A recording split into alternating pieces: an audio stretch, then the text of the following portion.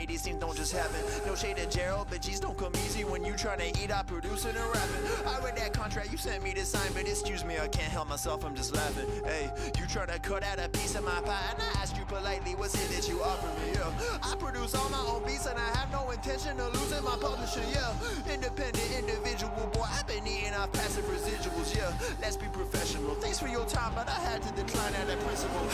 I've been scheming up a plan. Hey, I've been saving all I can. Hey, you could call me David Rams. Hey, the way I handle these bands. Hey, we ain't messing with the old model. New era, new kid, we full throttle. Just know that the come up is not a flaw. My amigos, they focus, know what to do. After I get it, I reinvest. After I get it, I reinvest. After I get it, I reinvest. Stack and put it back in it. After I get it, I reinvest. After I get it, I reinvest. After I get it, I reinvest. Stack and put it back in it.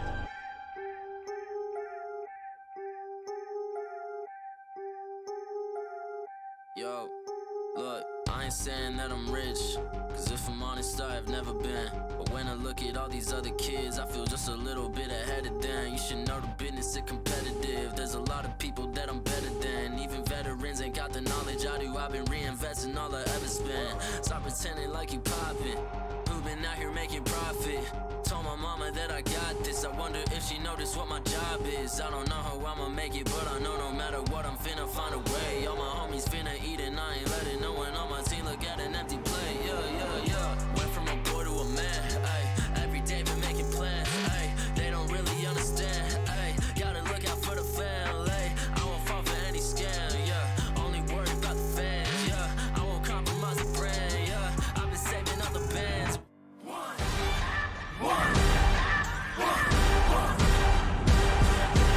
Mister Young and FRGN. Kick to the gut! Kick to the gut. Kick to the gut. Kick to the gut. Kick to the gut. Kick to the gut. Kick to the gut. Kick to the gut. Kick to the gut. Kick to the gut. Kick to the gut. Hey, Kick to the Gut. Kick to the gut. Kick to the Gut podcast. Kick to the gut podcast. Kick to the gut.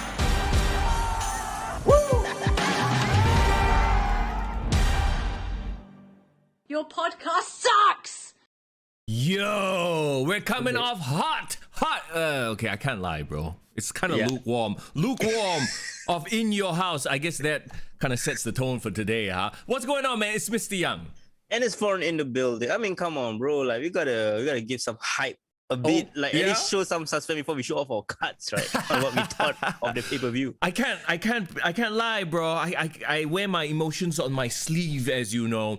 Okay. We're not gonna get there yet because we have other things to talk about before we get to NXT In Your House. But if you watch NXT In Your House, drop by, let us know in the chat. Thank you so much for joining us on the live stream, by the way. Edison, what's up? Yo, Edison, how are you? Yeah, man, I hope you're doing good. And of course, if you're listening to this on the Spotify, on the podcast itself, after the fact, do remember, we do a live stream. So if you want to come interact with us, you can. Kick to the Gut on YouTube. Drop us a follow, drop us a subscribe on there as well. Yeah, and the great thing is we've been doing our podcast every single Monday afternoon. So if there is a pay-per-view weekend, whether it's AEW or WWE, we are here live right after the event to give our reaction. So it's a great time. Whether you like it, whether you hate it, just drop in to our live stream and just talk with us. Absolutely. Anytime you want, you can slide into our DMs as well. We love it when you slide. Titus will slide on Instagram, on Facebook, on YouTube, or wherever else you can find us. Okay. Yes. Okay. Edison just said something very funny. What did he say, bro? Trexxus to Tiansha confirmed by Mister Young. Hey, don't anyhow put words into my mouth, okay? Speaking of which, yes, I want to bring up our man right now, as we saw just the other day, in a little segment with Cameron Grimes in LA Knight. That security guard looks very familiar, huh? Mr. DiBiase is ready to see you now. You know what, man? You can catch that accent anywhere in the world. You're like, oh, wait a minute, is that dude Singaporean? I love that he is authentic. You don't have to put on the fake American accent, bro.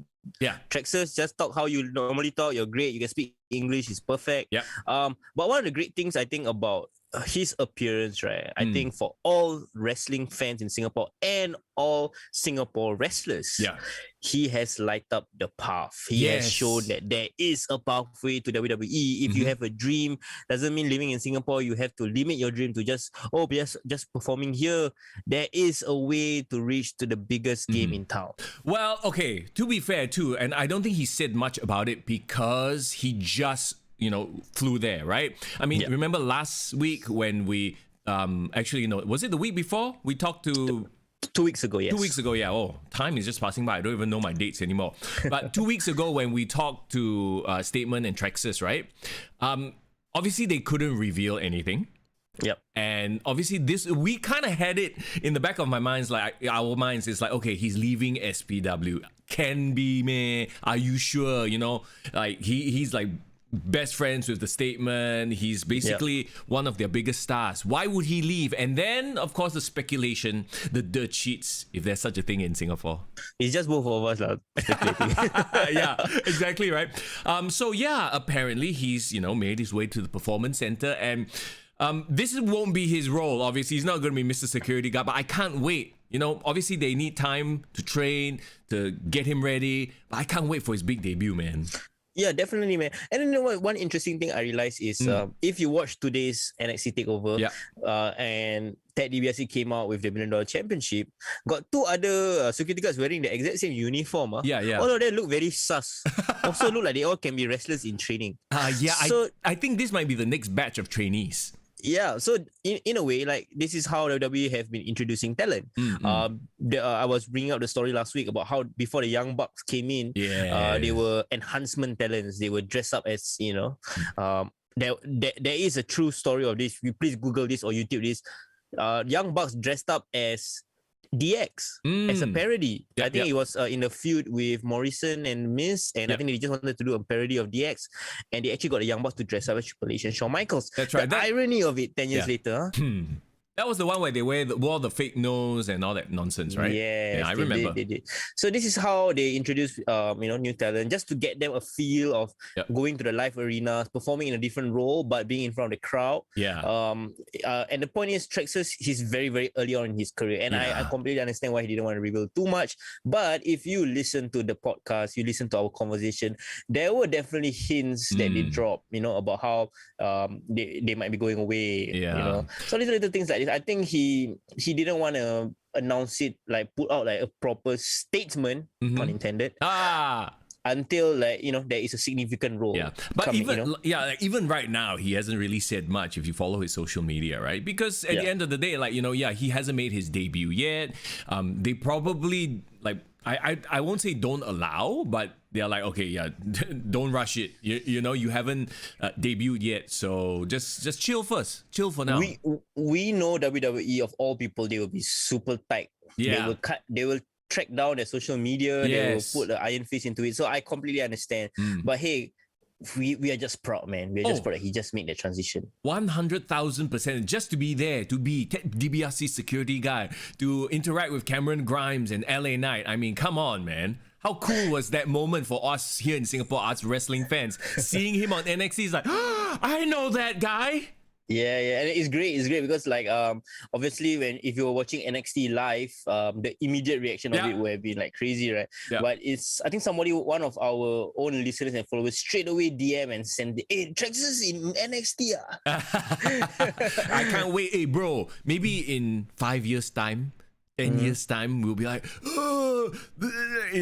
talking about Trexxus finally making his debut. Like, who knows what he's gonna be or who he's gonna be by then, you know what I mean? Maybe not Trexxus anymore. Maybe he's the newest member of Tien Sha with Boa tag team. That was the joke that I made to Edison. That's why he mentioned it. Joke, is it? Yeah, but I think the most important thing is we have to support him. Yes.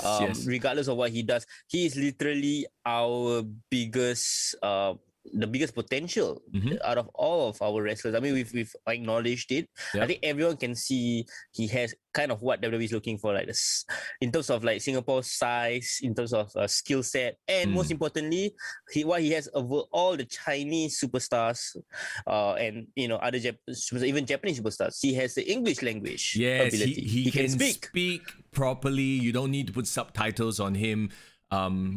So yeah, there you go. Leader of Tian Sha. I'm kidding. Please. Mailing. He's under the mask. Yeah, it was a dude all along. It was me. Yeah, I hope that doesn't happen. Anyway, we need to do fantasy booking for Trexxus. What do you think, bro? Okay, if you were Triple H, if you were Shawn Michaels, how would you book Trexxus? This is just absolute like fantasy right now. Yeah. I mean, please, guys, those on the stream, please share in your thoughts as well. For me, right, Trexxus needs to start off at the cruiserweight division. Yeah. Which is crazy to think about because, like, in SPW, he was one of the bigger guys. Yeah. That's crazy. Now he's in the land of the giants and he's a cruiserweight, which is crazy. Yeah, and I'm not trying to be like, Asian stereotype, all the Asians stick together, right. kind of thing. But unfortunately, this is not a Singapore audience. This is an American audience. They're the most stereotypical people out there. That's a stereotype in itself, bro. Yeah, I know. So we stereotype versus stereotype. We fight fire. But I really think that having him being part of Tian Sha would be cool. No. Well, he would be the only one who could speak. Yeah, he could. But I don't want him to play up the emperor and dress up like a freaking 16th century Han Dynasty guy lah. Bro, imagine him with a Shang Tsung beard. No, I don't know whether he can grow a mustache or beard. I haven't Based seen on that. like prosthetics. Like, Div Royalty, how are you? Welcome to the chat, by the way. Yo, we are discussing Trexxus and his NXT appearance. Okay, for me, right, fantasy booking. If he wasn't part of Tian Sha, because I was just thinking like he could be, like you said, Boa's tag team partner. I mean, it really does make sense, right? But I would love him to answer. Okay, this is just fantasy booking, right? I would love him for him to answer Kushida's open challenge because he was doing the cruiserweight title, right? Because so I would love this to run a couple of weeks where Kushida was challenging everyone from all countries, Yeah. So he said, like, I fought all the best talent in the West. Give me some talent in the East. Tell me what you have, blah, blah, blah. And then this guy, and I want them to really hype him up that he's from Singapore. First ever Singaporean guy, that kind of thing. And the way I want him to hype him up, right, is Singapore is something about like the city of the future. Sure. A lot of the Western world think of Singapore as this very futuristic country. I think Westworld has a lot to do with it. Yep. And it would be really, really cool if his gimmick, Trexxus gimmick is like, I am the superstar of the future, from the city of the future. It's something like a Terminator, not say Terminator gimmick. You get what I mean? You want him to show up naked? Is it like Arnold Schwarzenegger did in Terminator? Is that what it is? I think he can pull off that look. Then you know what he has to do? He has to wear trunks that are skin colored.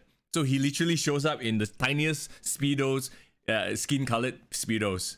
Yeah, I want him. Okay, if you want to really play a character, make him a bit of like a kayfabe, right? I want him to be able to have. It's based on Tommy End's interview with Rene Paquette, formerly known as Aleister Black. He mentioned that one of the things that he wanted to do was he has this ability to see the future. Oh God. Legit. That was one of the pictures that he made to WWE. He said that he wants to, when he's doing that promo, and he was inside the room and knock on my door, blah, blah, blah. He actually have this ability to foresee which opponent he's going to fight next. Based on like the color of their trunks, it will flash at the back, like a background kind of thing. Sure. Well, that I don't know whether that will pan out, but I think it would be really cool if he has a bit of, I don't know what is the term called, like someone who can see, like a clairvoyant. Yeah, sure. Yeah, so like imagine the Trexxus city from a superstar of the future coming from a island of the future. Okay, no, why are you giving him the hokiest of gimmicks? I'm sorry, but I have to disagree with you right now. The way it's been presented, it sounds like some bullshit people are going to roll their eyes at. Oh, bro, that's the point, bro. I want him to come out. It's not that it's going to be a hokey, but we have to present Singapore as something that is unique.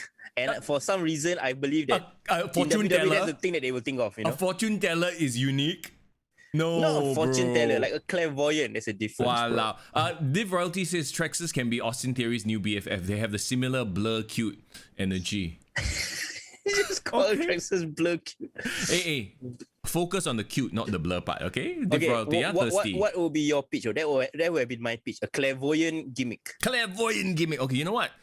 You touched on it a little bit. I think they should, knowing them, they'll just jump on the Crazy Rich Asians deal and have him, you know what? He should be the $1 million champion.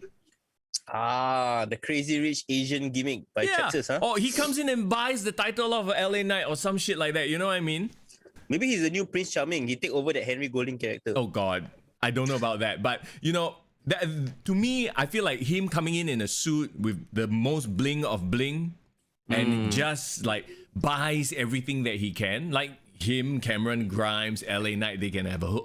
And you know what? It fits right into this theme of... That's where he started from anyway, with Cameron Grimes and LA Knight.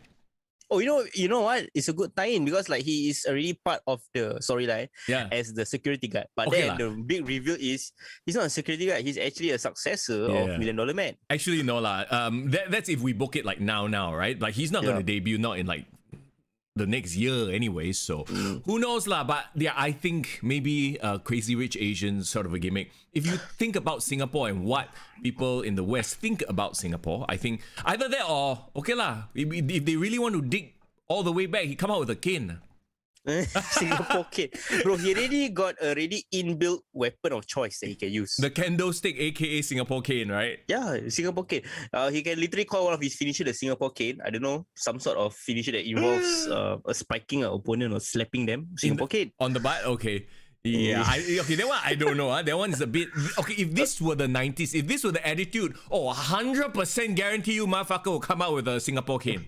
100%. Fucking Singapore cane, dress up as like a officer. Like want to punish people, all the Americans. He'll be a heel for sure. Yeah, he will 100% be a heel and caning the degenerates of the world. Yeah, he will call out people for smoking and chewing gum. Yeah. But this is, now we're in the 2021s. We are in a more woke era. That shit's not going to fly, okay? Let me say hello to Tovakin as well. What's up? Thanks for dropping by the chat. Tovakin says, acknowledge me. You have been acknowledged. Yes. Okay, so we have already decided. You're gonna go for Crazy Rich Asian gimmick. I'm gonna go for clairvoyant gimmick. This is just two of the multiple. You know what? Right. If it was WWE, they would come up with something much worse. Trust me. Oh God. Okay, we'll have to see. Actually, no. Under Shawn Michaels and Triple H, I'm actually okay. Like I think they won't do him wrong lah. Bro, imagine bro. Right now, Trexxus is rubbing shoulders with Triple H and Shawn Michaels. What do you think? Bro, exciting times, bro. Exciting Living times. the life. Yeah. We will hope that, in the next couple of months, if everything is confirmed and he can actually put out a statement, we hope that we can reach out to him and maybe he could give us some updates on life in Orlando. Tofukin also says, why not making part of Tien Sha? We already discussed that. In my you opinion, go rewind a bit. Yeah, Tien Sha and then you go hear our discussion. Tien Sha is a sinking ship. That's all I have to say. It is a sinking ship. Do not put Trexxus in Tien Sha. That's just hot garbage. It is hot garbage from the start. It's still hot garbage, and we'll talk about it in just a bit when we talk about NXT in your house, our big review. Did you guys watch the pay-per-view, by the way? Let us know your ratings, okay? Upon 5, what do you give the NXT in your house? Yeah, you can give upon 5, you can give your grade letterings, whatever it is. We want to know because I believe that me and Young will have certain differing views, but also certain similar views, and we'll probably discuss it right now. Okay, yes, let's jump right in. Are you ready? Are you ready? Yeah, boy. Okay, it's in your house. It's in your house. First of all, like remember the first time In Your House was done, they brought back all like the Todd Pettengill. They did like the old school vibe and everything. It was fresh. Yeah. They had a very nice setup as well. Yeah, I mean the setup was cool and everything, and it looked like they packed the house out, so it looked like a proper NXT crowd. But for some reason, it just, I don't know if they didn't go hokey enough, but it just felt like meh. The presentation felt meh. I mean, last year this happened in front of the NXT students, right? Yeah. With the glass and the blah blah blah blah. But so somehow that was more exciting because it was the first time they brought back In Your House. Maybe perhaps. I think one thing you're trying to mention about the crowd is it's very sterile. It's just the way. Obviously now they are trying to pack in more crowds. They are experimenting with the layout. Yep. If you realize there's not a lot of the of the live image, the live footage of the audience anymore, right? They took it out. They took out the top part where there's usually the digital faces of the audience. Ah, yes. But and then they packed it with actual audiences. But the problem is with the way the production wise, right, is being shot, it just makes it look like I can only see the first layer of audience, and then the feet of the second layer. so it looks I don't know, empty it just doesn't give off the same vibe. Yeah, true. Yeah, I just, for whatever reason, I wasn't feeling it. I didn't particularly enjoy the in your house motif this time around. It just felt, I don't know, maybe Michael Hayes wasn't putting it in like 100% into it, because he felt like, you know, like even in the lead up in the previous episodes of NXT, when he's like talking about the matches and stuff like that, he's trying to do a Michael P.S. Hayes. He felt like he got no energy, huh? So you're talking about Todd Pettingill, right? No, Michael Hayes. Todd Pettingill was fine. Like in the lead up to this, every week when they announce matches, they would cut to P.S. Hayes doing the in, and then he's doing his old P.S. Hayes shit, right? Got it. Okay. It felt like he was embarrassed doing it. You know what I mean? Like he's so over it, right? Yeah. So I'm like, ooh. So I feel like a lot of that vibe carried into this as well. I mean, you brought an interesting point. I mean, I didn't really notice those vignettes that he did. Yeah. But I think Todd Pettingill, them trying to play off this like, oh, he's someone like stuck in the 90s, playing the VCR. All that. It was a bit kind of passé. Yeah. Like, I agree. I mean, it was funny the first time. Yeah. Yeah, but now they had to make in your house something of a future. Like they can't just keep reverting back. Yes. Callbacks from the 90s, right? I agree with you 100%. It fit because last year was like, oh, everyone's quarantined, everyone's stuck in their house. So NXT comes in your house. And if you do it every single year, I think it gets stale. The jokes did not hit. And last time they had like, oh, you know what it is too? Didn't they have like Road Dogg? They had HBK, Triple H backstage. They had a lot more star power. Yeah, and they really played up the people who were part of In Your House and their history. Yeah. They talk about In Your House, like reference previous matches. And obviously, I think the setup really brought it home. I think this one just they didn't know what they want to be. It's half. Yeah. So yeah, exactly right. So last year they went all out. This year they're like, okay, maybe some of this is played out, so they did less. But in doing less, it became just another pay-per-view lah. So I don't know. Maybe they should ditch the In Your House idea and, like you said, bring it to the 2020s. You know, like make a new version.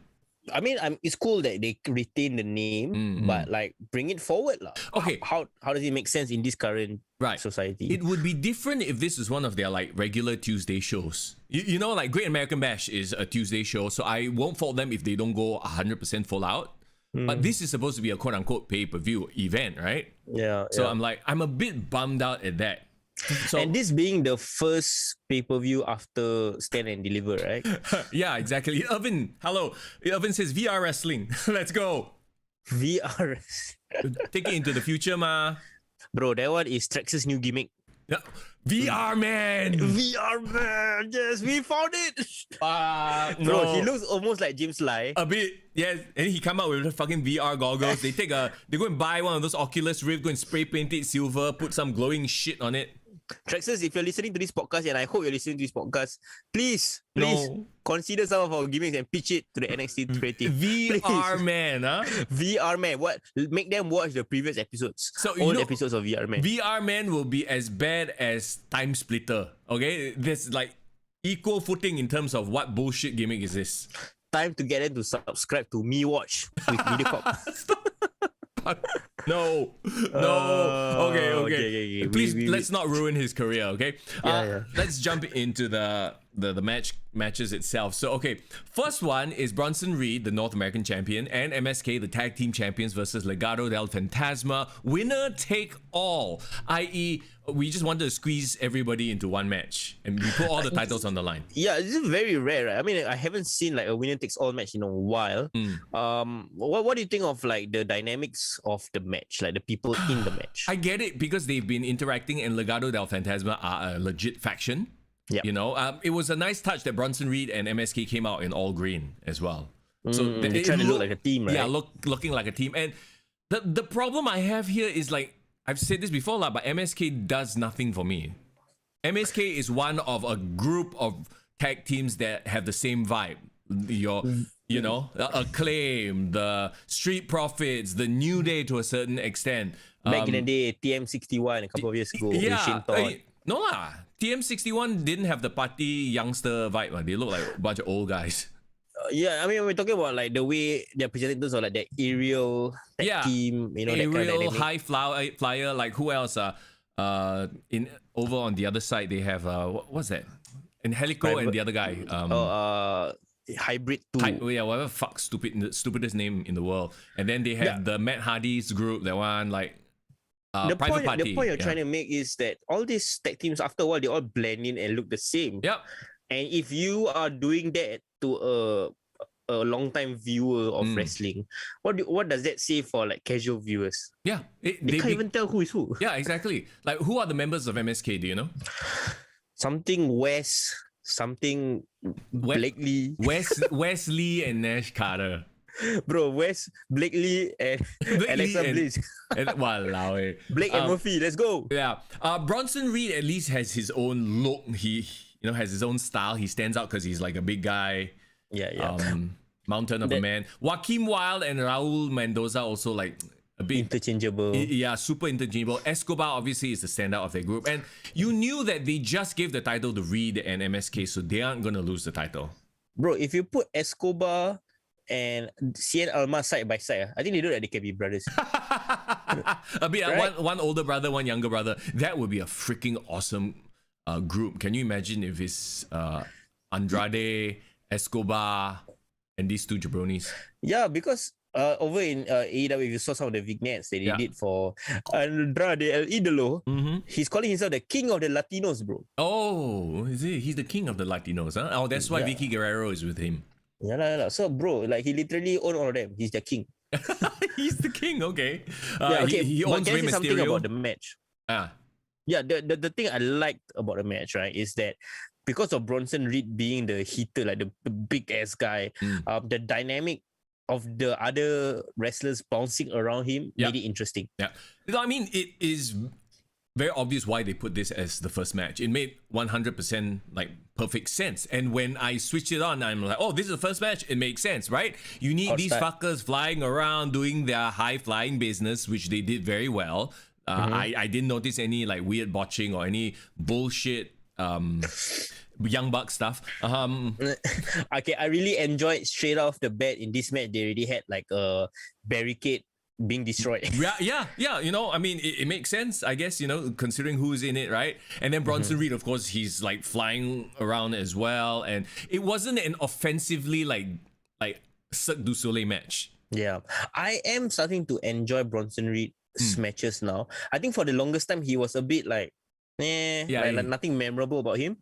Oh, you know what the most memorable thing about him is? And Tovakin just mentioned it. When Wade Barrett screams, Tsunami!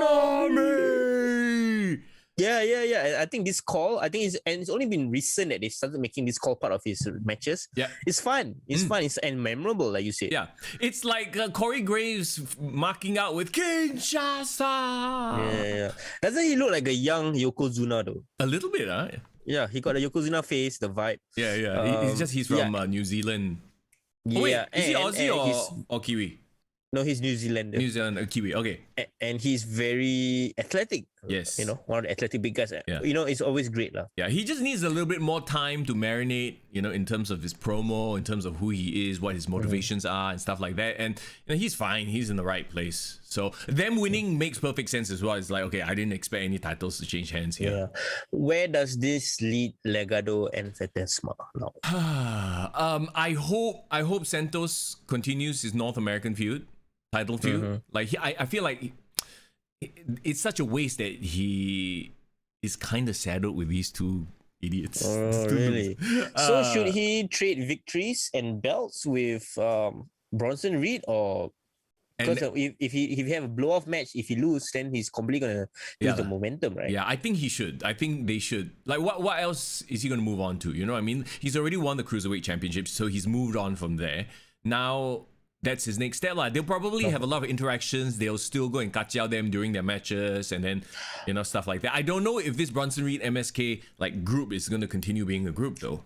I kind of want, right, Legado to have some interactions with the Way and somehow team up together or like be in cahoots. Bro, gang warfare, bro. We got the Way, we got Legado, and we got Hit Row. Hit Row. Okay, Hit Row did make an appearance in this In Your House, and I gotta say, like when I talk about like how bringing In Your House a bit forward, I really like the top Pettinger interaction with Hit Row, and obviously I cannot look at the top dollar TJ. I can't look at him without thinking of, hey, isn't that guy from Hidden Treasure? Yeah, isn't that like nice boy who's walking around with all the legends trying to buy back WWE memorabilia from fans? Yeah, then him trying to act all like, you know, badass and stuff like. It's actually really exciting now because they have unlike AEW, we gotta compare, right? Yeah, then their factions are not like bloated with like 1 billion members nobody gives a fuck about. You know what I mean? QT Marshall. Yeah, QT Marshall and Gogo and Condomo and whoever the fuck is in the factory and whatever. You know what I mean? Yeah, they have factions, but they aren't like bloated. Yeah. Everyone serves a purpose. Yeah. Everybody serves a purpose. There's a tag team. There's maybe one women's contender, especially in Hit Row. Yes, we have Isaiah Scott Swerve, which is the main guy. Who's his friend? The one that's same size as him. I don't remember his name. Yeah. One of the other black guys. No, but he and TJ are the tag team. So he and TJ? Yeah. What's TJ the full name? I mean top dollar lah. Oh, top. Okay, top dollar. Okay. AJ, sorry, AJ. I don't know why I said TJ. yes. That guy is memorable. Isaiah is memorable. The Jake Cargill lookalike, I guess, is memorable. So Isaiah, right? He can challenge for the North American title. The other two can challenge for tag team titles. And don't forget, you have Imperium lurking around somewhere as well. Another 3-person group. So you have a lot of 3-person groups. Yeah. I mean, I'm trying to get used to Alexander Wolf being fired. Is Alexander Wolf, right? Yeah, he's gone. Yeah, and then we still have Thatcher and Ciampa, which they also cut a promo. Yep. I really like how NXT keep regenerating and keep rebuilding their roster over and over again. It's like that football team that have all the great young potential talent. That every single time all the big clubs keep buying their talent. Yeah. But they keep creating more talent again. You know exactly. So it's like that's what the whole developmental system they have going is for, you know. Is once this guy is ready for main roster and main roster ruins them, they have new people to pull in. You know what I mean? Tovakin says, who's QT Marshall again? Irvin says QT is the unfunny Colt Cabana looking fella. Yeah, he's the uncle that works at like Courts trying to sell you a laptop. Hey, you guys don't know, man. They just introduced a new talent, you know. Do you know that AEW signed a Brock? But when I swear they purposely, when announcing him, they said Brock first, then they paused. I'm like, just to get that, wait, Brock Lesnar? Right? And then Brock Anderson. I'm like, oh, okay. Yeah, do you see how he looked like though? Yeah, he looked like he's there lah. Yeah. I mean, that's not a bad thing. No, he looks legit. He looks like like he can play American football. But I don't care. I really don't care. Like seriously, he came out with Cody and I don't care. The thing is, right, they keep introducing new names and new names and new names. Yeah. But the names that's existing are not over. No, yeah. So it's a bloated as fuck roster. You're right. They really can benefit from Rampage, the new show. They really need it. And my God, I hope they split the talent up and don't try to shove the same old, you know what I mean? Yeah. No, they need, if they have Elevation and Dark as like their velocity and heat, right? Yeah. Throw all these motherfuckers there. It's okay, no one has to see them. Let them grow. Rampage, right? Yeah. Rampage, I think, should really be a TNT's exclusive. TNT title is a top contender there. Yeah. Okay, what I do like, let me say something good about AEW right now is when you look at their rankings, right? Title rankings, they actually lump the TNT and the world title together. It's not like there's an intercontinental title ranking. No, the title rankings, all the contenders can go and contend for either world title or TNT title. So they've elevated the TNT title. So you see Kenny and Miro's pictures next to each other as champions, while the rest is basically singles title contenders. So you know what I mean, right? So if you're a top title contender as like a TNT championship, they can also contend for the AEW championship. I guess that is the logic. I don't hate it. It feels like all of a sudden, this title is important. And honestly, right, I would argue that the TNT title has been as strongly booked, if not better booked, than the AEW Championship. Well, unless you count, skinny skater boy. I'm a fan of Darby Allin. I mean, I wouldn't say that he elevated the title, but him winning the title elevated him. Yeah. Oh, well, I mean, okay, if you think about it, so the world title can be a Dynamite thing. The TNT title, since Rampage is going to be only on TNT, can be a Rampage thing. So now they have 2 titles each on each show, then good. It solves this problem about naming issues. They can't call it TBS title. Yeah. So keep Miro like the top star on Rampage. I mean, it makes kind of a lot of sense. Yeah, and don't have him go and fight with the guys on Dynamite, so that when you finally do have a Dynamite versus Rampage show, it'll be something worth watching. Yeah, and okay, I did talk about how the AEW roster is getting bigger and more bloated. But if they have two different shows, I think it's perfect because they have enough. Honestly, they have enough stars to headline 2 different shows. Yeah, but bro, you know what this means, right? With 2 shows, 2 main quote unquote TV deal shows. More wrestling for us to watch. No, bro. Yeah, there is that. There's more Cody for us to listen to. Because you know the motherfucker gonna be on both shows. You know he's gonna come out and cut promos on both shows, bro. He wants to be the Undertaker of AEW. Can appear on all shows. Someone needs to bury him alive. Anyway, I like how this is an NXT review, right? But we still got time to take shots at AEW. No, I mean, okay, here's the thing, right? Just looking at wrestling in general, like North American wrestling right now, in terms of the big names, the big companies, right? I feel like we've hit some weird period where everybody is in holding pattern, except for maybe SmackDown. Like even NXT, the wrestling's always been good, but the storylines have kind of just like monotonous, sort of petered out. Raw is just like flatlined. AEW is like a bit of a mess. We got to get through to the end of July. I think the WWE is very clearly obvious that they are saving their storylines until they have fans back. Yeah, I think so we can only judge it properly once that happens, lah. Yeah, I think what it is they have much bigger things to worry about in terms of planning all these live shows in front of people now. So maybe that's why the storylines have taken a hit. But I don't know if you feel the same way. But I feel like the past few weeks have been kind of a chore to watch every show. Who agrees, right? Those especially on the live stream, who agrees that the most entertaining part of wrestling content these last few weeks have been the documentaries, have been A&E, have been Dark Side of the Ring. And see, that's where WWE gets a big win. I know Dark Side of the Ring is not WWE, but they've been responsible for so much amazing wrestling content in the form of documentaries. So you talk about the WWE stuff on A&E, right? And then the network documentaries as well. Yep. Yeah. There is so much there. And also, I feel like for us legacy fans, right? Every time we get annoyed with the current product, we can always look back to the past. Yeah. And it has been proven because I was looking at the ratings, right? A&E's biographies, shows have had higher ratings than Raw. How crazy is that? The last episode, averaging 2 million. Wow. The last episode was Bret Hart. And even though I knew the story already, because there was nothing new, to be honest. As a diehard wrestling fan, you've heard these stories before. They've done documentaries before, right? Yeah. It's like it was still refreshing to see the man and like his wife, who's twice a double.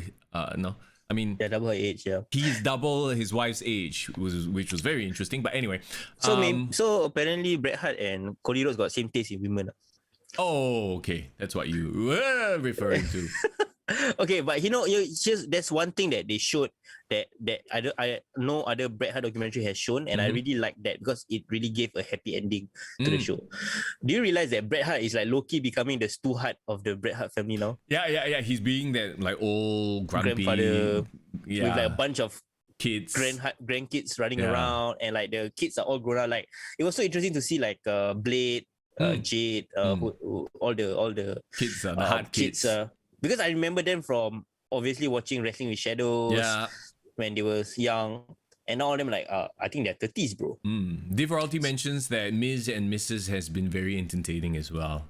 This one might tickle Mr. Young's fancy. I just haven't had the time. There's just too much to watch. Okay, let's get back to it. And I'm glad we took that sidetrack because now we are going down the shithole. Xia Li versus Mercedes Martinez. Okay, tell me tell me your gripe, Mr. Young, with this Tian Sha. See, you give them this supernatural gimmick. You sell this whole thing of now she feels no pain. She's controlled her pain. And nowhere in the match did I feel like I'm watching a new Xia Li. In fact, I feel like Xia Li gave Mercedes Martinez way too much offense. It looked like the first match. Except she got a new skin, new look. That's it. It was still the same fucking match, right? She barely beat Mercedes Martinez. Then Boa, who is like the most useless henchman in the world, because he comes in and he gets his ass handed to him by Mercedes Martinez. Like, okay, Mercedes Martinez is a badass, right? But 2-on-1, like, I really hate it when you have heels who can't gang up on one person. Yeah, I get what you They mean. look like jackasses. And then Mercedes Martinez goes after Tian Sha, Mei Ling. Yep. Who, I'm sorry, like, this is like watching, what's his name? Is it Ming? Who used to have the claw, the death claw fucking shit move, the nerve hole move that it will look so hokey. Even back in the 80s, I was like, this looks like shit. I mean, all the Von Erichs did that. Yeah, okay, but the Von Erichs are like fucking huge ass dudes. You know, but you know, like Mei Ling's big move was she grabbed Mercedes Martinez by the neck and then Mercedes like, yeah, she sold it, right? I'm like, this looks hokey as fuck. Like, give her a better move. You know what spoils the illusion for me? The fact that Mercedes Martinez is actually taller than this Mei Ling girl. Yeah, and just Mei Ling just looked like, I don't know what they are supposed to make her look like but it okay, like, you know, like when Alexa Bliss just stands there and vomits tar and then she does weird shit, right? Yeah. It looks creepy. When I look at Mei Ling, I go, this looks like some like Friday night cosplay. Yeah, I get what you mean. I'm very conflicted because obviously when they first started putting out the vignettes, it looks cool. And like they also talk about, you know, all the training montage that they did. Like, it's fucking violent, you know. Like for NXT, they really push the boundaries of PG. They show all like the slow-mo of the skin kena torn up and like bloody and like. And I really thought, wow, this badass. Badass. And like the first few squash matches was really, really well laid out, right? They made, like you said, Xia Li into supposedly an indestructible person that doesn't feel pain, can control the pain. But somewhere along the lines, obviously Xia Li didn't appear at stand up and deliver. Yeah, I think that was a wasted opportunity because that was when she was at her hottest, at her highest peak in terms of momentum. Has she ever needed a good foil at that point in time. Yeah. So problem is they brought back Mercedes Martinez. Obviously, she had that terrible run with Retribution, and they needed to rebuild her into a badass. Yep. And taking her down, obviously with the story, the callback from 4 years ago with the Mae Young Classic, taking her down in a very emphatic way would have helped everyone. Yep. But the problem is, I think they have something in mind for Mercedes Martinez, so they didn't want to squash her momentum right off the gate. That puts them in a very tough predicament. I'm starting to get very annoyed at Mercedes Martinez, to be honest, in that I feel like, and maybe this is me talking out of turn, I don't really know the backstory, maybe this is what Shawn Michaels and Triple H decided upon, but it almost feels like they have to protect her to make her look good, in the detriment to this other group that you're trying to build, right? Like, I'm this badass, I can't oversell me getting destroyed, that kind of thing. And it just made this whole segment stink balls. Yeah, that's the conflict. Exactly. You hit the nail right on the head. Why not have Xia Li versus Katie Catanzaro or the other girl, Aliyah? or whoever else. Just have her literally tear through everybody in brutalizing fashion. And you know what's the other problem I have with Xia Li? When she does her moves in the ring, they don't look brutalizing. Okay. Like, nothing about it seems like, I don't get that sense of, wow, she just brutalized her. You know what I mean? And okay, this is the only time, right, a performer, I believe, feels like she is at this level where she's a developmental talent. Yeah. Like, they're giving her a great gimmick, and I think she's trying to build herself within the confines of the gimmick. So, for example, bro, if Undertaker was a shitty wrestler and he got the chance to roll with Undertaker, right, there were only so many times they can protect him using the gimmick before he needs to improve and show that he can perform. So I think you hit the nail on the head. I just think that, Xia Li is not there as a performer. You're right. This should have been a match on NXT. Next week's NXT. Put the Ciampa and Thatcher match here instead of this match. Because this match was balls. Yeah. The thing is, the only thing that can save this right now, right? Because I think the illusion has been broken. The illusion of Xia Li being indestructible has been broken. And the thing is, okay, there might be partly because of her fault in terms of her performance, but also because of how she's being booked. Like you said, like she's taking hits and she's selling for Mercedes Martinez. It could have been, I think it would have been better, right? If both of them really go balls to the wall, both of them really like inflict violence on each other, but they still keep coming back for more. So it shows that, okay, both are not going to back down. And then it ends with like some crazy ass situation where I don't even mind it being a count out or disqualification situation, you know. And then they can still do whatever they did at the end, where Boa acts like an asshole, and then Mercedes Martinez want to beat up Xia Li, and then this Mei Lin girl come and save the day. The only thing that might save this is Mei Lin needs to be one hell of a character reveal, one hell of a badass wrestler. Because but the only problem with that is if that's the case, then after that Xia Li is completely redundant lah. Correct lah. So that's why I say this entire Tian Sha gimmick is a sinking ship. I don't see any way forward with this. They've just butchered it all to hell. You know, like what's next? Are you disappointed that this is an NXT creation and they're not being able to deliver on this? Yes. And I mean, a lot of it has to fall on Xia Li not being able to pull off the matches lah. You know, to be honest. And okay, to be fair, I've said this before, right, on the show, that strikes are very hard to sell and pull off. And her finisher, a lot of her movesets, moves are strikes. Who's the best striker that makes their strikes believable, in your opinion? Wow. It's tough. I don't think there's been anybody. I can name you one. Who? That just recently got fired. Who? Oh, Alistair Black? Yeah, sure. Black. Yeah. There's one guy. Yeah, but I think what makes Alistair Black really, really good is that he is very cerebral with how he delivers his strikes. Yeah, he's a compelling character to watch as well. Like when he speaks, you want to listen. When Xia Li speaks, I don't know what the hell's going on. Yeah, so exactly my point. So the fact that you're given a great gimmick, I think this is a potentially great gimmick, but the performer doesn't live up to the gimmick. No, well, we just have to wait and see how this Mei Ying performs in the ring. Hopefully well. I don't know how she's going to perform with all that bullshit going on, and apparently she has a chokehold that can disable people. I think also another reason that contributes to your overall disappointment with this pay-per-view is that this is the only non-title match that they had on the card. And they could have given it to anyone, they could have given it to any other compelling story, but they chose to give it with this. Basically, they are giving these two performers a platform to prove themselves. And I don't think they proved anything. They moved. Anyway, I think they moved the story forward in that Xia Li won. And Mei Lin finally stood up and did something with her life. But it was, to me, I think they could have done more. They could have done, if any match here deserved a bit of theatrics, some bullshit, lighting fuck up or whatever, smoke, you know, this was the one. What you mean. But they just went with, I choke you and I throw you away. Like, what? Oh well. But yeah, we'll I guess we look forward to Mei Ying versus versus Mercedes Martinez, and I have no anticipation for that. I feel nothing. Yeah, man. You know who should reveal herself to be Mei Lin? Who? Mia Yim.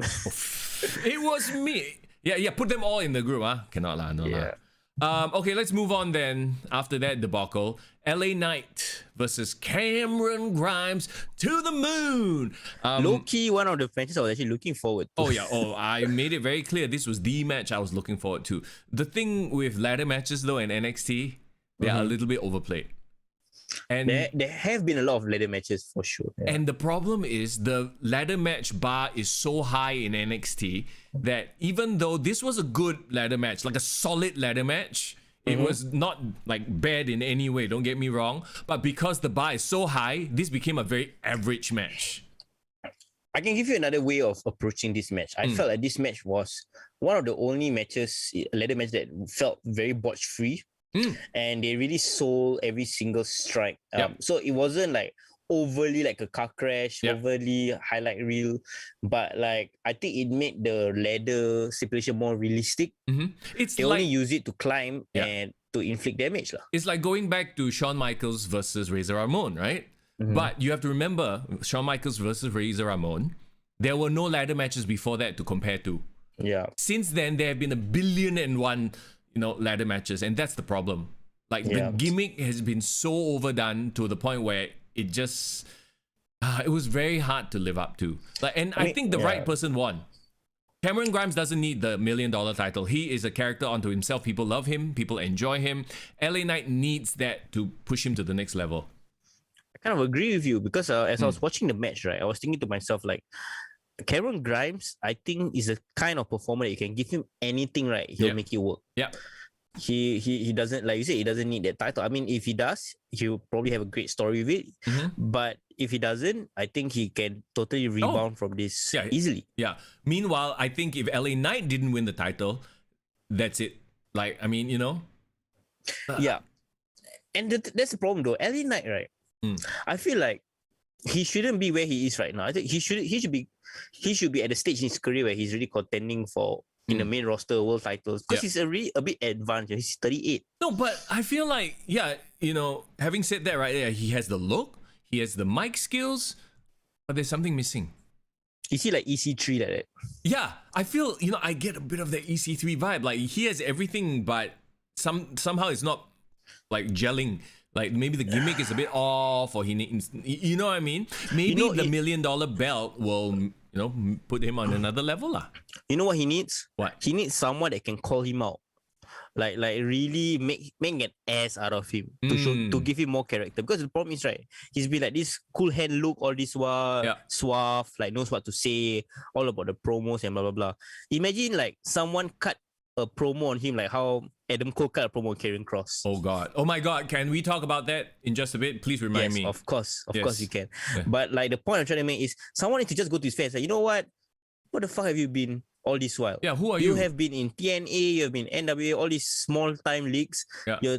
You're hitting 40 and now you're coming and playing all badass. Like, where the hell have you been? You know what it feels like to me, LA Knight right now? It feels like The Rock, but without the Die Rocky Die, without the Rocky Maivia era.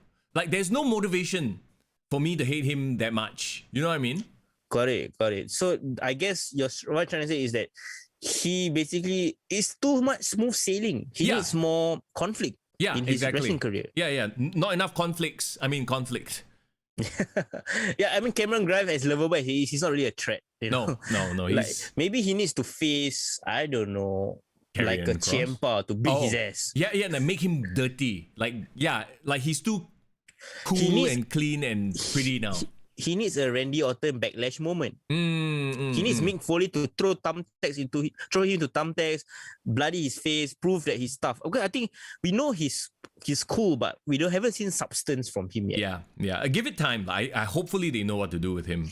Yes, that's true. And of course, I mean, they did take some crazy bumps in the match. The ending where I think Grimes kind of like had to flip over and land there. Like, that was gnarly to watch.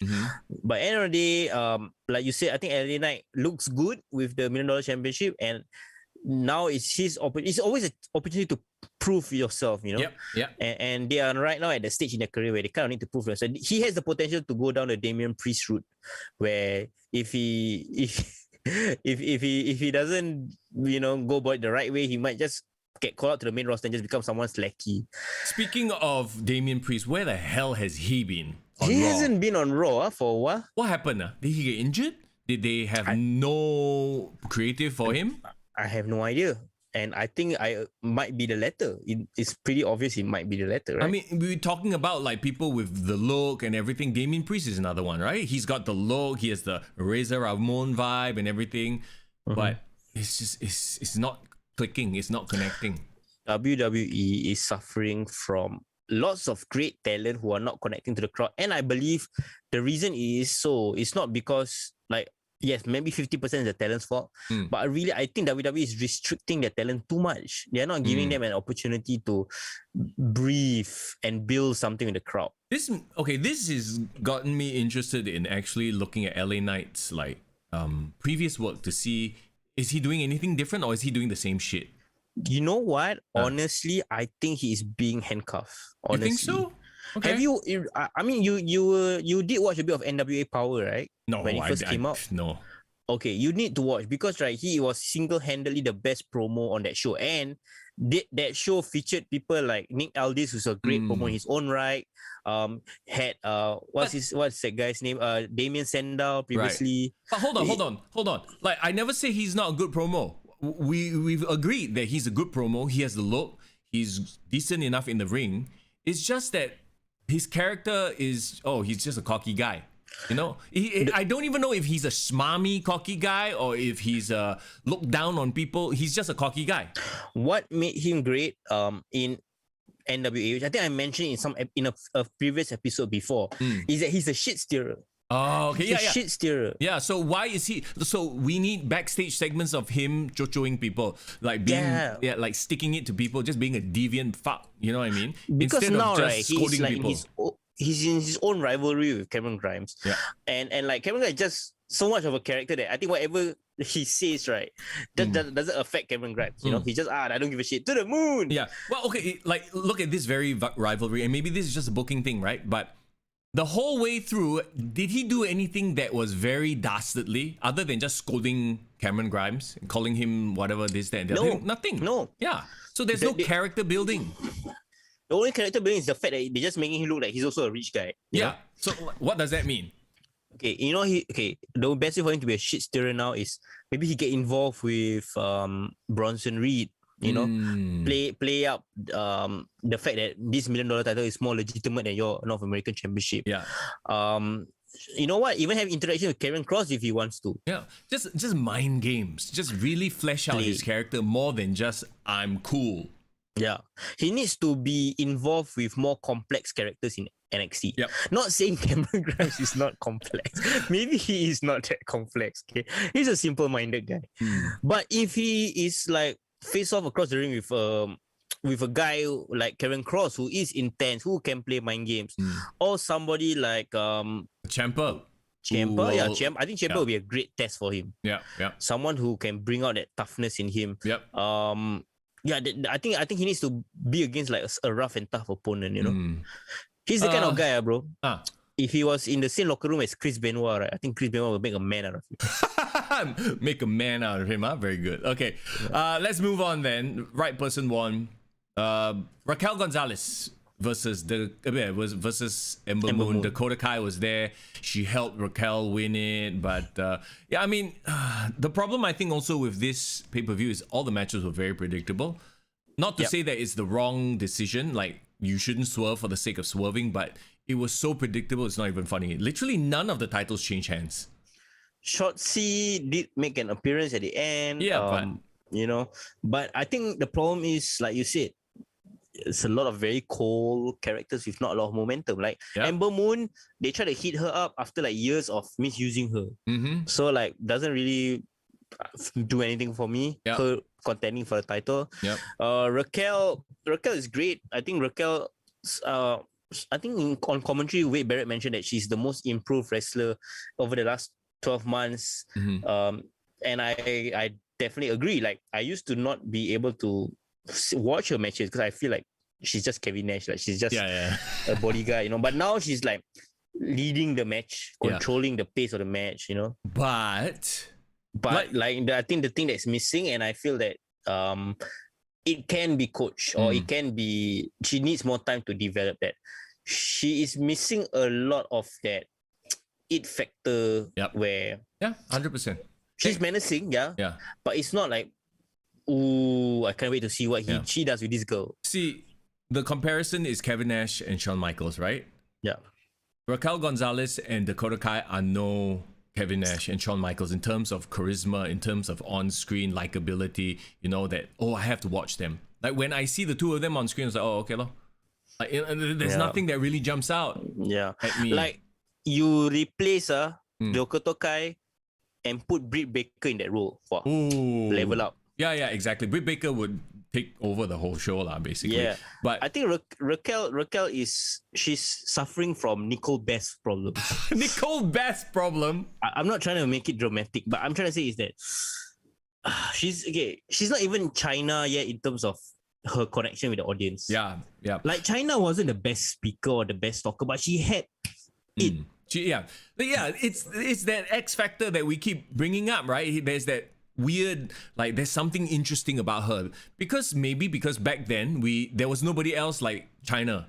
She was unique. She was different. The thing is with Raquel now, there are so many other women her size already. It's become a common thing. It's just like the ladder match argument, right? If I've never seen a ladder match before, even the most basic ladder match will be like, whoa. But now that we've seen 1,001 ladder matches that have ended up in, all kinds of scenarios, it's like, okay, what are you going to show me that's different? Nothing. What can Raquel do to reach the next level? She's really the NXT champion. So what can she do? I honestly believe that she got the title way too fast. Now what they need to do is slowly turn her face and have the Dakota Kai try to screw her off the title. Bit of her. Here's the thing. She was kind of, she was. But I mean, Dakota Kai is very clearly a heel. So, yeah, it is a weird situation. It was a very weird situation where you have a Dakota Kai who's a heel and Raquel Gonzalez whose character is not really here, not really there. I think for this to work, Dakota Kai needs to slowly and very obviously to us, the viewing audience, try to screw Gonzalez out of her title. And then we can have that conflict. So we can finally like Gonzalez and hate Kai. Right now, they are both sort of lukewarm heels. They're not ready. They're not good for anybody. We are not, so basically they're not giving us the permission to really root for Raquel Gonzalez. Yeah. And basically Dakota Kai needs to do a next level heel turn. So how when Chris Jericho and Kevin Owens were together, they were both heels. Yeah. But then Kevin Owens reached a next level of heel when he turned on Chris Jericho. Yeah. But the problem is Chris Jericho is such a likable character that even when as a heel, he was funny. But as a baby face, the face turn worked. Right now with Raquel, she's a heel who's she's an in-betweener, I guess. Will we really root for her if Dakota Kai starts screwing her? I think what would make Raquel more compelling is I think she needs to really lean into her Latina character. I think what made her interesting to me in the beginning when she made it a point in her promos to pronounce her name as Raquel Gonzalez. Sure. And then that kind of I think she'll be a pretty cool badass Quentin Tarantino type of bodyguard. So, something if she plays to that aesthetic. And I'm not trying to say that if you're Mexican you must only cater to Mexicans. Not that. But I think the more you lean into who you are, your identity, the more actually it will create authenticity. Yeah. And it might make people support. Yeah, that's that cool Latina chick. Yeah. But now she's not. She's just a badass big size girl. That gives her flavor, Yeah. I think that the fact that we really have nothing to say about her kind of shows it all. Yeah. And that's the problem with NXT right now. You have a bunch of champions that are sort of they haven't developed any sort of connection. Remember when Gargano won or Ciampa won or Adam Cole won? It was there's that strong Finn Balor one. There's a strong connection with the crowd. These champions are okay, whatever, don't care. Remember how much of a celebration it was when Io Shirai won? Yeah, right? I don't know, maybe bring her back and have her start something with one of them. She did come back the previous week. Who was she against? I think Dakota Kai, right? She interrupted Dakota Kai? Candice LeRae to stop. Candice LeRae, because Candice was talking shit about Poppy, NXT's favorite artist. Candice LeRae, I think deserves a title, right? Yeah. And I remember there was this time where we were talking about how she was a bit bland. She's not really does a lot for me. But ever since she turned here and really amped up her, shall we say, for better word, her perangai with Gargano. I mean, her attitude. No, she's come across as a very manipulative person. The way she's manipulating Indy Hartwell. Make her more interesting, right? Yes. So now you see, you look at the way, Austin Theory, a previously bland sort of a cocky bad guy. Now all of a sudden he's a bit himbo, that I kind of like watching him now. There's an It's a interesting personality. Yeah, It's a he has personality. like Johnny Gargano. You know, he's the head of the family. Candice LeRae, she's a manipulative head of the family. And then Indy, she's like the lovable little sister who's fallen in love and blah blah blah. Like, I think a lot of it has to do with the fact that Gargano and Candice are the heads of that faction. Like, okay, Yeah. they are the ones rolling the story along, sort of making it work. I think the input that they give to their own storylines really help a lot. I think maybe Raquel, obviously you say she's young, she doesn't have the confidence yet to like, hey, this is how I want to be presented. Then maybe she needs to work with someone like Candice who can help her like develop a character, because Dakota Kai is not the one to do it. Same like LA Knight lah. She Yeah. needs to bounce off of someone that will bring out that side of that. You know? DiBiase? Maybe DiBiase will be a great Irvin addition. says the way needs a grandma and grandpa now. Gotta bring back two legends. Shawn Michaels lah. Walao. Shawn Michaels. Shawn and who? Michaels is the grandpa. Who's the grandma? The grandma Beth who is Phoenix. from the 90s. Alondra Blaze. Walao. No, they don't need. I think the way are fine. Perfectly fine the way they are. Okay? Yeah, they are yeah. the way. And Ember Moon and Shotzi Blackheart need more of a reason for us to care about. So Yeah. it's a bit of a weak, like the talent pool is chock full of strong contenders, but in terms of character, it's kind of tough for us to give a shit. Let's put it this way lah. Maybe 2 years ago when NXT was first going head to head with AEW, that felt like a proper main roster show. Now I feel like it has devolved back to a developmental show. Irvin says Edge and Beth, grandma, grandpa. There you go. Edge and Beth Phoenix. Makes perfect sense, huh? Okay, let's move on to the main event. And before we talk about the main event, I want to talk about how NXT wrapped up before the pay-per-view, right? Yeah. They had Karrion Kross out there, and then everybody interrupted. And I'm sorry, but literally every, if Kyle O'Reilly has a better promo than your champion, you got a fucking problem. Okay, because the second all of them came out and like basically verbally jousted with him, Karrion Kross looked like a joke. And then Adam Cole, you know, like the best promo. Adam Cole killed him lah, bro. Yeah, like that one show we talked about it last week, right? That one showdown between him and Adam Cole. Like Adam Cole absolutely buried him on the mic. Yes. And then Like what did he say the line about how I just need the bell to ring. yeah, and then like, you know, like there's a bit of truth to it as well, because like when Karrion Kross came in, they had all the packages, they had the TikTok bullshit, blah blah blah blah, right? And then Adam Cole's like, yeah, all I need is for the bell to ring, and that's how they showcase me. It's like, oh shit, there's truth to that. And Yeah, then man. last week they had Kyle O'Reilly basically burn him. They had Johnny Gargano burn him. Pete Dunne just says a few words. That's fine. That's, you know, Pete Dunne's style That's just anyway. Pete Dunne doing Pete Dunne Yeah, things. like the fact that Kyle O'Reilly out-promote Karrion Kross, I'm like, oh my god. Oh no. Oh man. Okay, At the end of the day, I feel like Karrion Kross will always be. He will never be the main guy. As much as they try to make him the main guy, he doesn't have that. I'm the leader of the locker room. You know, some even like Roman as a face, right? He had that vibe. Okay, I'm the main guy. Yeah. There's so many guys who's bigger than Karrion Kross in terms of their longevity, in terms of their appeal to the audience. He needs to reach that level, and the only way he can do that is to be challenged in this way. Why? Is it because he's new? Like, I mean, he's bigger than all of them.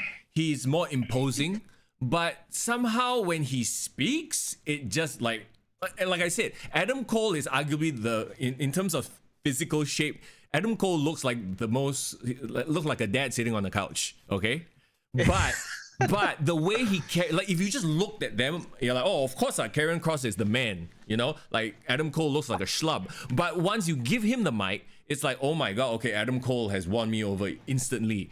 And that's not what you need in a freaking heel. I mean, not a heel, in a champion.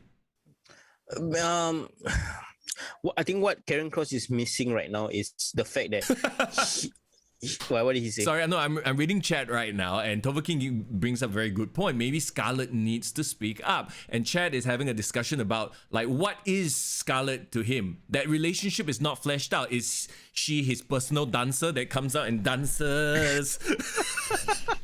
That's totally her role. That's her only role. Yeah, like, and she barely even speaks, even though she's the valet. When Scarlett first appeared, didn't they make her cut a lot of the promos? Yeah, because he What wasn't happened? around. Yeah, But what happened to that? I don't know. It's like almost as if they're like, oh, okay, no, he has to show personality. Well, he doesn't have any. Jim Cornette brought out the best point when they first talked about their debut. Okay. The problem with this duo is that give us a couple of months, Scarlett will outshine Karrion Kross eventually. Maybe that's why they're giving him the mic. Maybe they're trying to control Scarlett a bit more and let Karrion Kross be the main speaker. But I dare say, letting Scarlett play to her strengths and letting Karrion play to his strengths would make an overall better package. Even though yes, it might make Scarlett more compelling than Karrion, and Karrion just deliver in the ring lah. Yeah. Like Karrion just needs to be a menacing presence and not because when he talks, it kills the illusion for me. You know, I don't know. He looks like a small big show. He looks like a small show. Nothing kills your illusion more than Brock Lesnar. No, but remember that? But I mean, Brock has a reputation. Brock is Brock. He's Brock physically when he's wide and he's jacked. Like Karrion Kross, and I don't want to body shame because like, I'm a we fat are the last load. people to shame anyone's Exactly, bodies. but he's not exactly rip like you know what I mean. He's just a huge guy. He's just a huge. I mean, wow, and that's a fucked up thing to say. He's just a huge guy. He's 1,000 times more athletic than all of us, right? But for whatever reason, when he starts going off and like, what is he supposed to be now? So he started off as TikTok Doomsday is coming. There was some sort of like a mystical vibe to him. And I thought that worked. Yeah. And then now he's a freaking, I'm a MMA guy, but everyone else in the ring has also got MMA. They literally were talking in the commentaries like, oh, this guy Got MMA Kyle Riley with background. his BJJ. Yeah, and like, so all of them are MMA fighters. What the fuck? Like none of them stand out anymore, right? Who's the actual wrestler in this match then? Yeah, and like his MMA just doesn't come through. It doesn't look good. I don't know whose decision is it for him to transition his gimmick, but that was a bad move. Yeah, like, I thought he coming out as the Doomsday guy with Scarlett, and that the end is near. Like all that was perfect. She just run with that, keep him mysterious. I think one of the things that kind of destroyed his so-called aura was when he got injured. Wasn't he? So this is the second time that he won a title. The first time with Keith Lee, which was last year. Yeah. He won, immediately got injured, and I think Finn Balor capitalized on that and really brought everything to the next level. Right. So maybe that kind of destroyed an aura. Because how can you be an unbeatable guy when the moment you win a title, you have to drop it? True. He got injured. Maybe that's why they're like, okay, let's step away from the Doomsday unbeatable guy and then move towards I'm an MMA guy. Well, the problem is it doesn't work.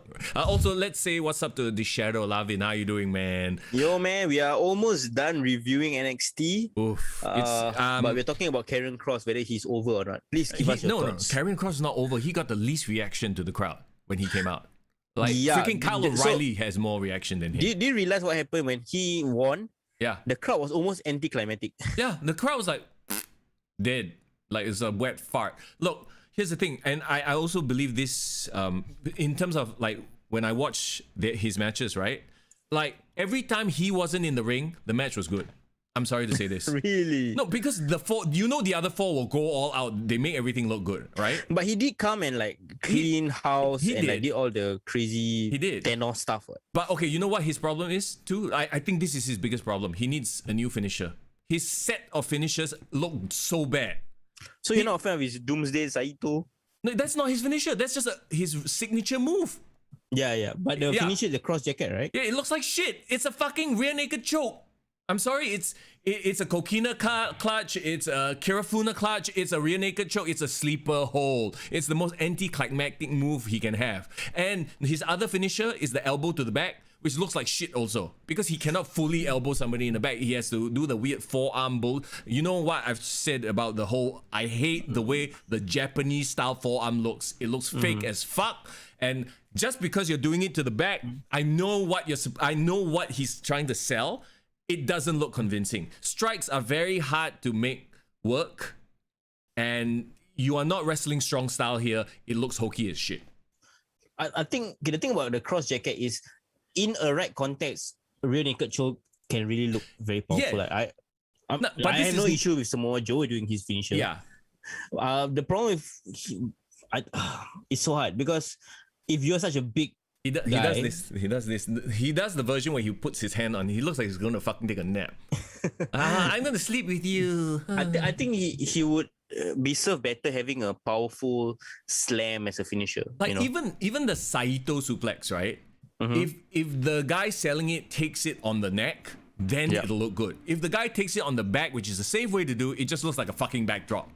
I mean a back suplex. Got it. So he just needs, like, what about, like, you want to, okay, how about this? I don't ever see anybody use it, but I don't even know what it's called. There's this one move where you hold the guy's hand like this and you put him in a camel clutch. What's it called? Ooh, Like when I think of, is that a cross jacket or I straight haven't jacket? seen someone use that for a long time though. Right? But why doesn't he use that as a move? Like that is my suggestion. Like, get him in a camel clutch position, but instead of like just holding the chin, hold him like this and just pull back. And then make the person just arch back. It's not a dangerous move, but it visually looks good. The problem is too many people have the rear naked choke, especially in NXT. Maybe, okay, I don't know whether he's big or intimidating enough to pull it off, but I think he can pull off like a double-handed choke slam. Okay. But a double-handed choke slam into a bomb. I think that would really be a great emphasis of his character. So Albert's finisher? Is it Albert's finisher? I can't remember. A choke bomb. Oh, William Regal used to do that. The cross. Yeah, but if you get a bigger guy to do it, I think it will look good, right? Yeah. Someone else says Cobra Clutch. Okay. Yeah, Cobra Clutch is pretty cool. Shadow says he's a discount Lesnar. Maybe fair price first, but not target. Didn't he do? Was it him that did like a flipping, like F5 tornado kind of deal, and then kena kick out also? Yeah. Was it him that did it? Yeah, he tossed somebody like a standing F5 without dropping down. Bro, that just spits in the face of an F5, bro. Yeah, he's like, fuck you, Brock Lesnar. No, like he has a powerful arsenal, but I don't know why his finishes are all bullshit moves. You know, another issue is, right, he debuted during the pandemic. His first ever match was in a pandemic atmosphere where it's completely silent. I remember very clearly. Yep. It was right after WrestleMania. And then I just feel that maybe NXT's management was putting a lot of hope in him, but haven't managed to hear the reaction from the crowd. Probably if they heard the reaction from the crowd, it would be like, okay, maybe we should like cool down his push, let him build himself up a bit more. Because right, the real litmus test is when the audience come back, give him if they put the absolute shit out of him, right? Then you know lah. Yeah, You know I for mean, sure. he didn't even contend for the North American title. He just went straight for they shot him up there too fast, and now they're like stuck with this guy who's sort of not connecting with the crowd, right? Honestly, I'm quite surprised. I'm quite surprised that they push him all the way to Keith Lee straight away, like within a couple of months. Exactly, right? Edison says if NXT allowed him to do a straight up pile driver, it would be perfect. Just a but of course nobody does pile drivers lah. You're not supposed to. Doesn't someone isn't anyone doing a pile driver in NXT? No. I mean, technically Panama Sunrise is the closest, I guess. Yeah, but Yeah. okay lah. I mean, I'm sorry, but we've just sat here and shat on Karrion Kross for the past like 10 minutes. I feel bad. But then again, you're in there with Kyle O'Reilly, Adam Cole, Johnny Gargano, Pete Dunne. They are gonna outwork you no matter what. Okay, let me play devil's advocate. As great as all these workers are, I don't think they can make it on the main roster. No, you're right. Yeah, I 100% agree with you.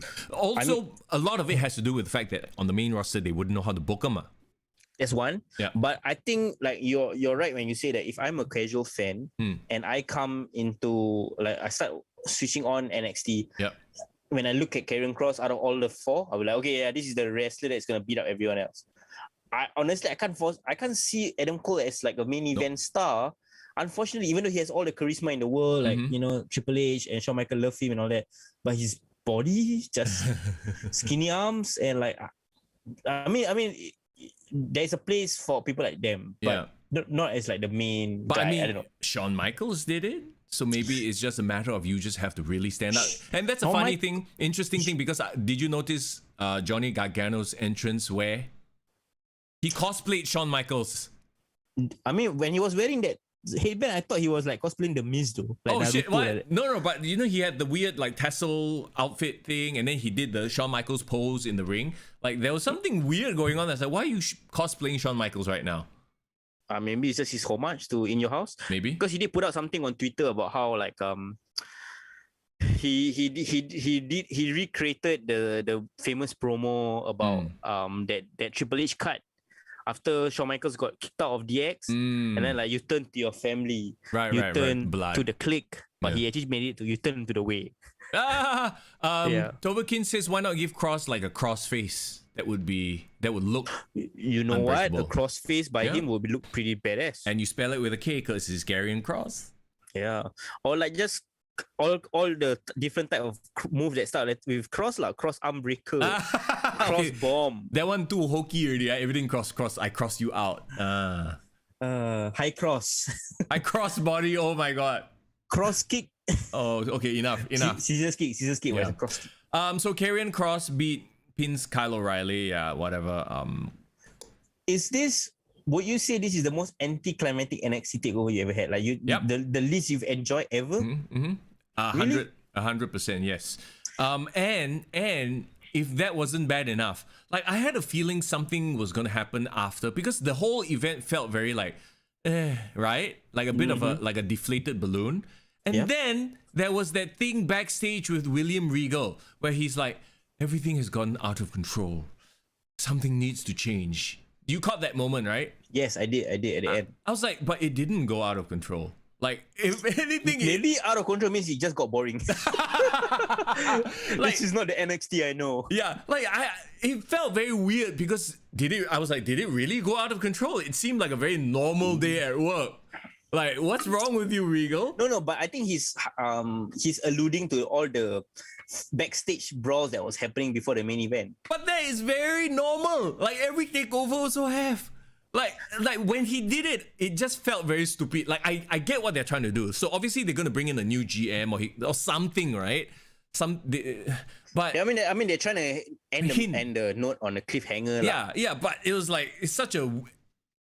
The whole event was weak to begin with, and then you end with a weak ending, and everything was just weak. You know what would have saved the day? If he stepped into a limo, right? Then it exploded. No. Edison says the change is Trexxus, the new GM. No. It's not Trexxus. It's oh shit. Fuck, I forgot his name. Sean. No. Huh? GM Carl Hella takes over. Okay. What would be your final grade for this NXT? Wow. Great, Like in terms of wrestling, I would give it a B, but in terms of sports entertainment, I would give it a C+. Okay. So like a 3 out of 5 or 2.75 out of 5. I will give you a 3. I think the match that elevated things was I really enjoyed the $1 million championship ladder match. Yeah. That was really good. And I did get some enjoyment out of the Fatal 5-Way.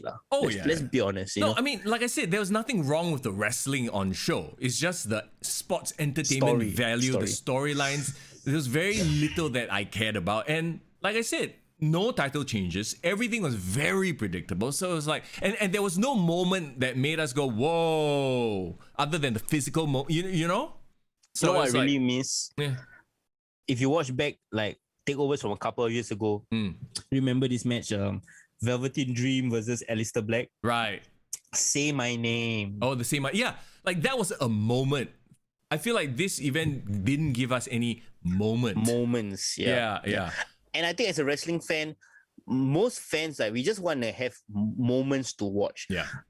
Especially in this current generation, we are just looking for the next meme, next thing to put as a highlight. And even though yes, that sounds a bit short attention span, but if it is really an iconic moment that can be memed and all that, that just makes elevates the event to another level of unforgettability. Well, you know what makes a moment?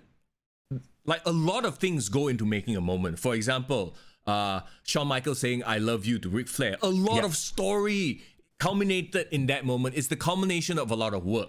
You know what I mean? Or John Cena showing up at WrestleMania as Doctor of Thugonomics after years and years of not being that character. Or That showing is up at a the Royal moment. Rumble unannounced. number Yeah, 30. so those are there was literally no quote unquote moment because nothing has been building up towards it. You know the most memorable moment of WWE in the last couple of months or in the recent weeks? What?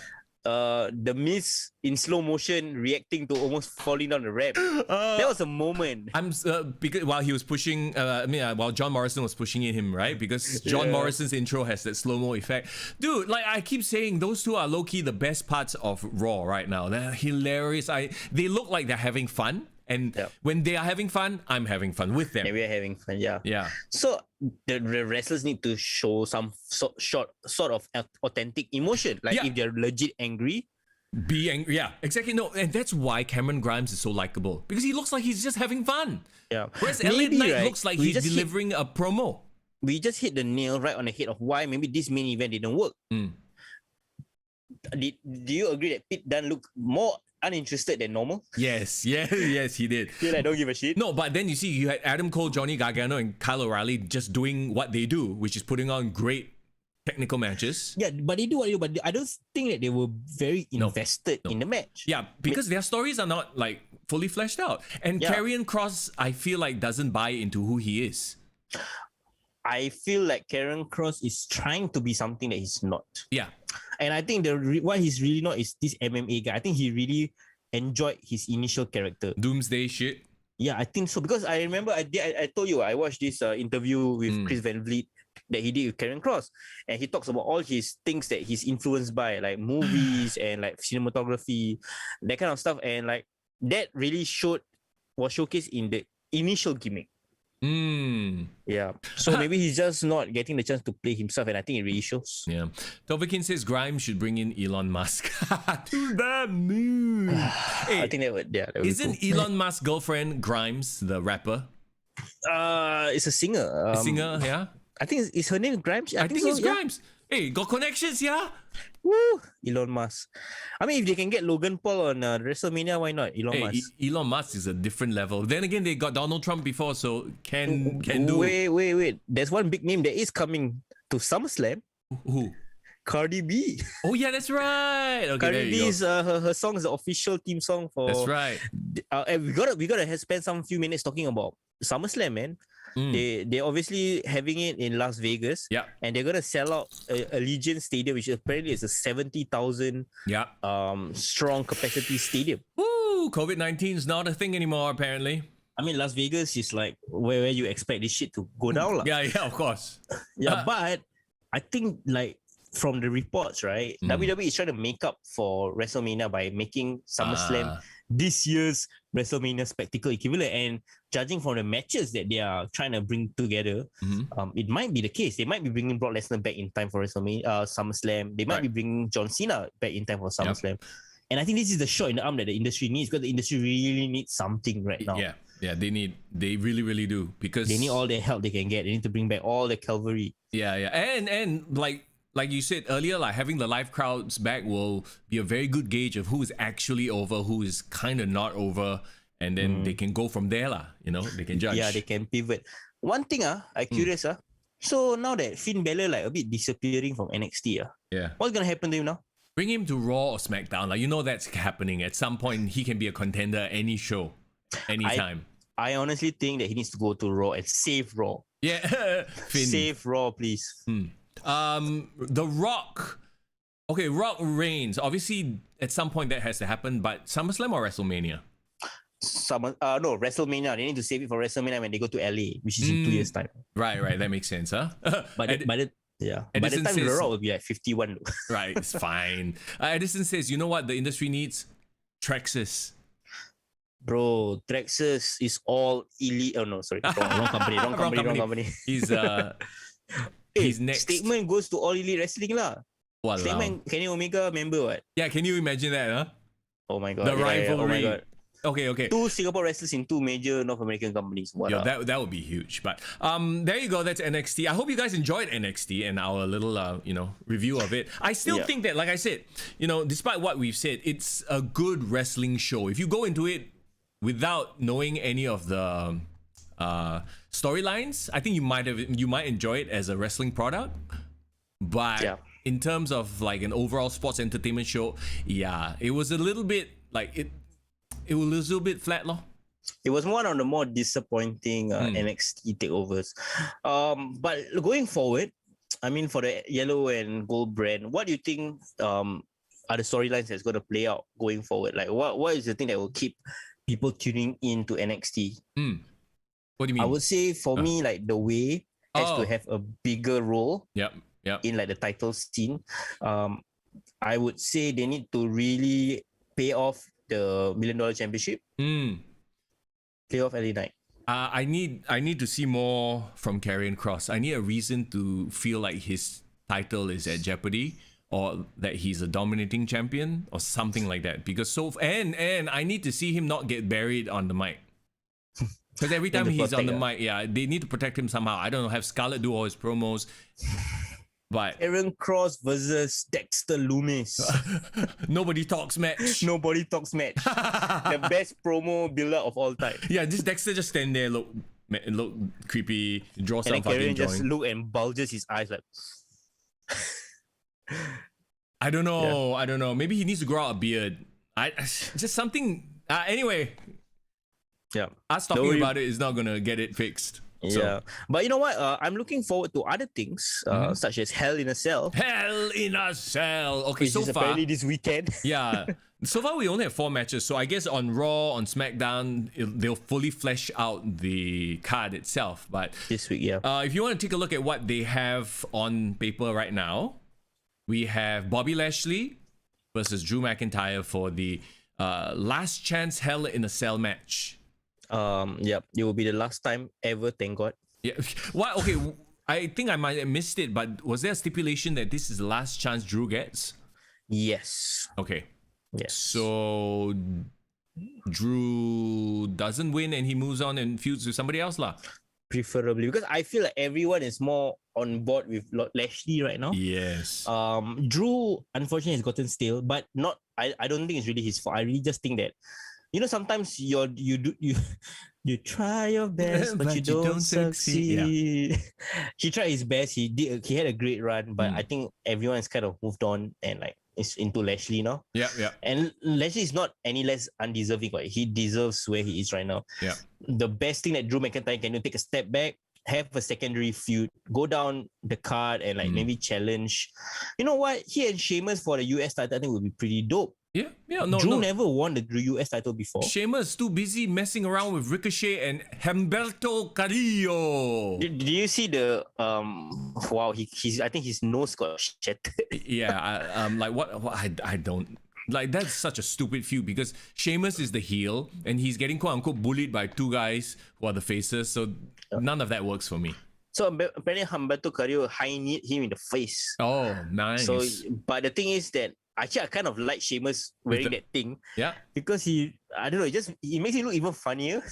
And he got like more personality for some reason. I don't know. Didn't Cody have that for a while and then he became paranoid about his face? Yeah, he did. I think it's funny. Trish Stratus also had that for a while. Yeah. Drew McIntyre needs to go down the card, but I think why not give it one more big match? And one interesting statistic that not a lot of people know, this is Bobby Lashley's first ever Hell in a Cell match. Oh, no kidding. Yeah, you're right. Yes.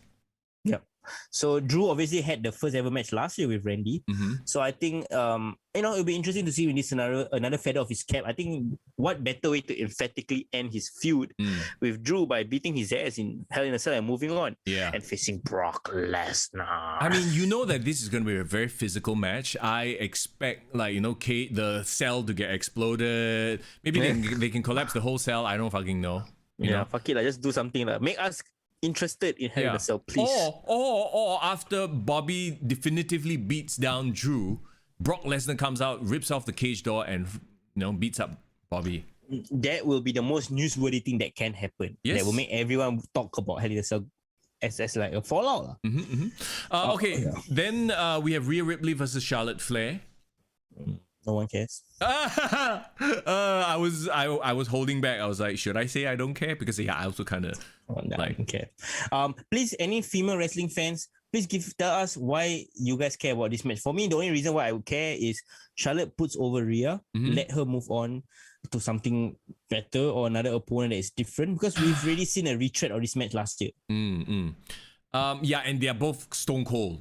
Not 316. Both their characters are just kind of like whatever, right? And I have no idea what is Rhea right now. Is she a heel? Is she a tweener? Yeah. What is she? Because she teamed up with Charlotte and fought Nikki Cross and I forgot what the other girl is. But then they had issues with each other. Yeah. So I think she is a tweener lah. Yeah. They need to freaking just give me a reason to care about Rhea Ripley. You know what would make me care? What? Going to SummerSlam, Becky Lynch returns. Ooh. Oh. You know what? Becky Lynch and Rhea would probably be a badass match, and I think it will turn Rhea effectively heel. Yeah. No, but it would elevate Rhea. Right now, Rhea is suffering from nobody to fight syndrome. Like who's a legitimate challenger other than Charlotte Flair?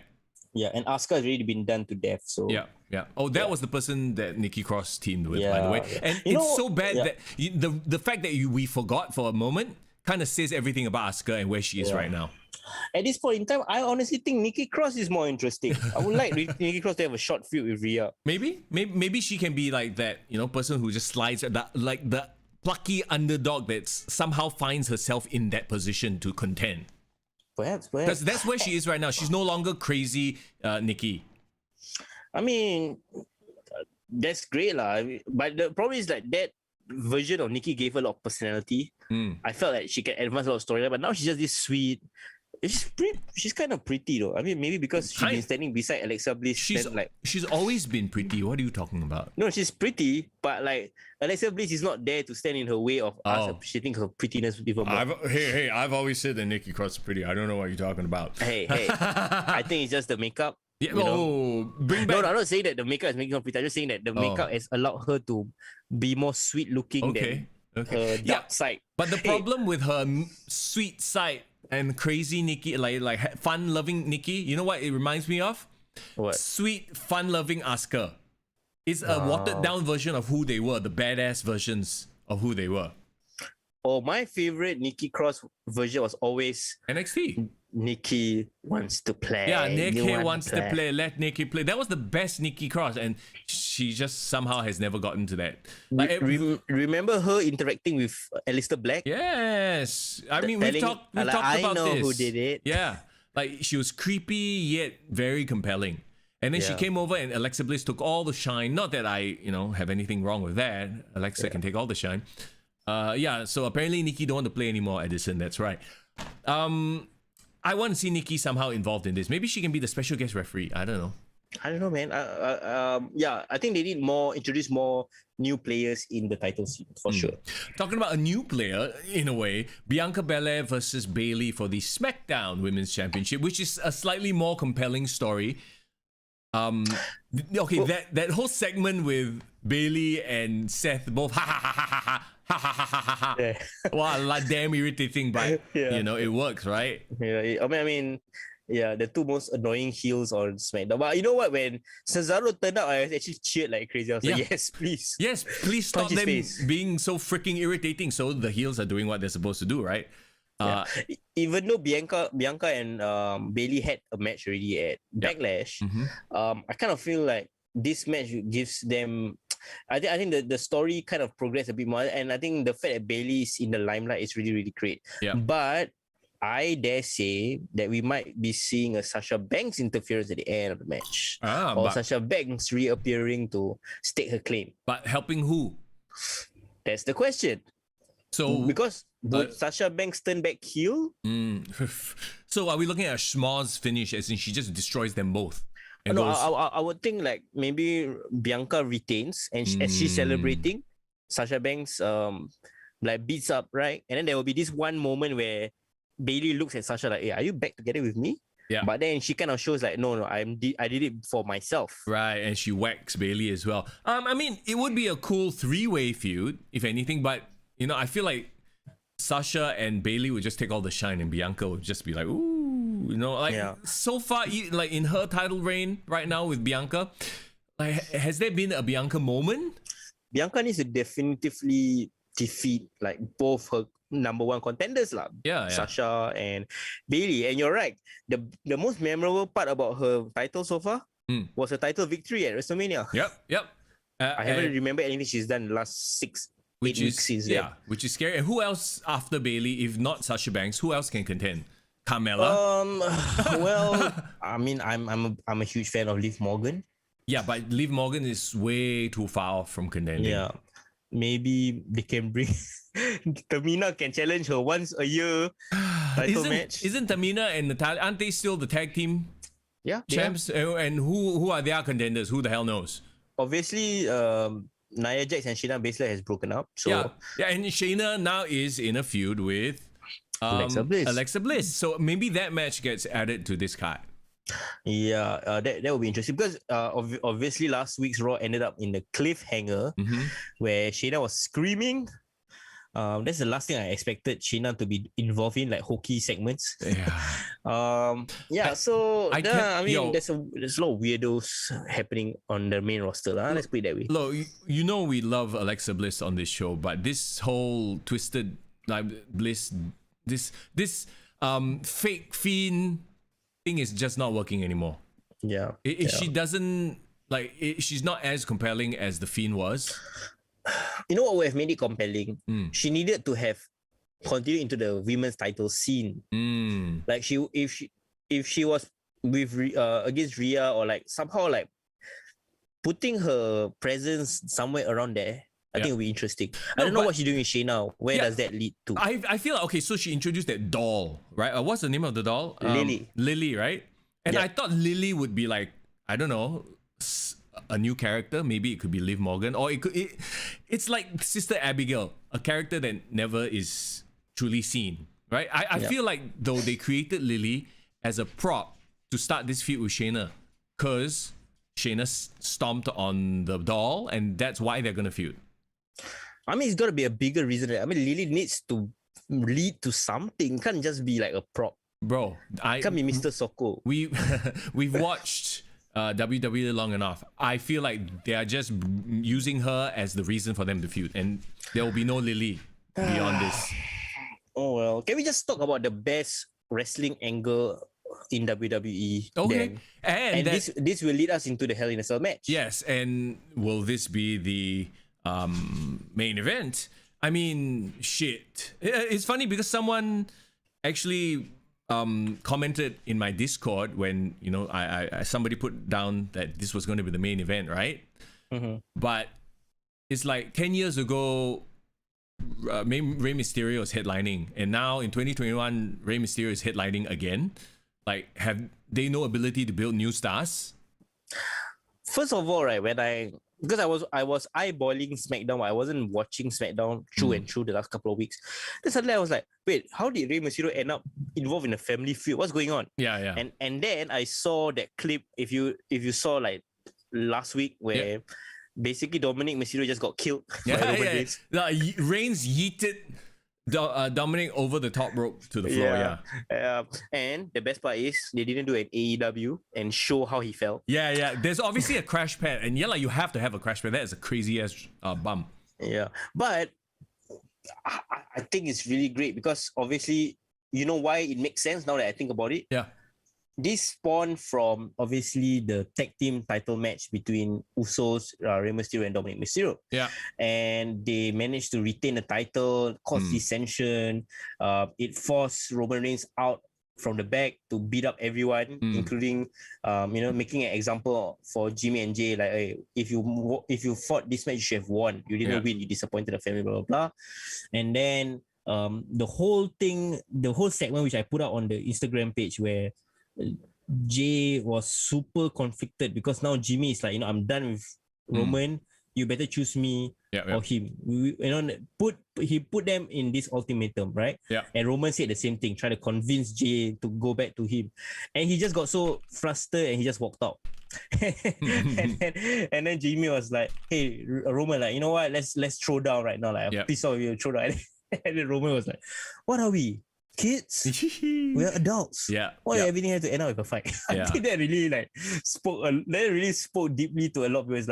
It's like, that's dumb. Like, and Roman Reigns being the character he is now, he instead tried to be very cerebral and say like, this is all your fault. You know, he's supposed to be your brother. I shouldn't even have to expect him to convince him to join back the family. This is all business. I think that was like the best promo of his career. Bro, right now Roman Reigns is the best version of Roman Reigns that has ever been. And I love that now it's all about family, right? Yeah, you have the whole family dynamic with the Usos and everything, and then you throw in Rey Mysterio. Everything's sort of like there is a plan, and the plan is being executed. Like you can tell that they've been building towards it, like the whole tag team run deal, the Usos not being able to get the title. That's how Roman Reigns gets drawn in, and that's the reason as to why all of a sudden Rey Mysterio versus Roman Reigns is a thing at Hell in a Cell, because he's fighting for the honor of his family and his son. One thing I like about Rey, I mean, we got to give credit to Rey, is that he's at a point of his career where he can just drop down a division, content for the tag team, and then he goes up to the main event, and we are like, really? Okay lah. But we don't really question it that much. Well, I mean, I think we've talked about it. WWE does that. Like, they could drop one of many people into that role at any time. Sheamus, AJ Styles, Dolph Ziggler, Randy Orton, Jinder Mahal. Former champion. There's a bit of a stretch, but okay, I get what you mean. And speaking of which, some people might be like, hey, why is Cesaro not fighting for the title?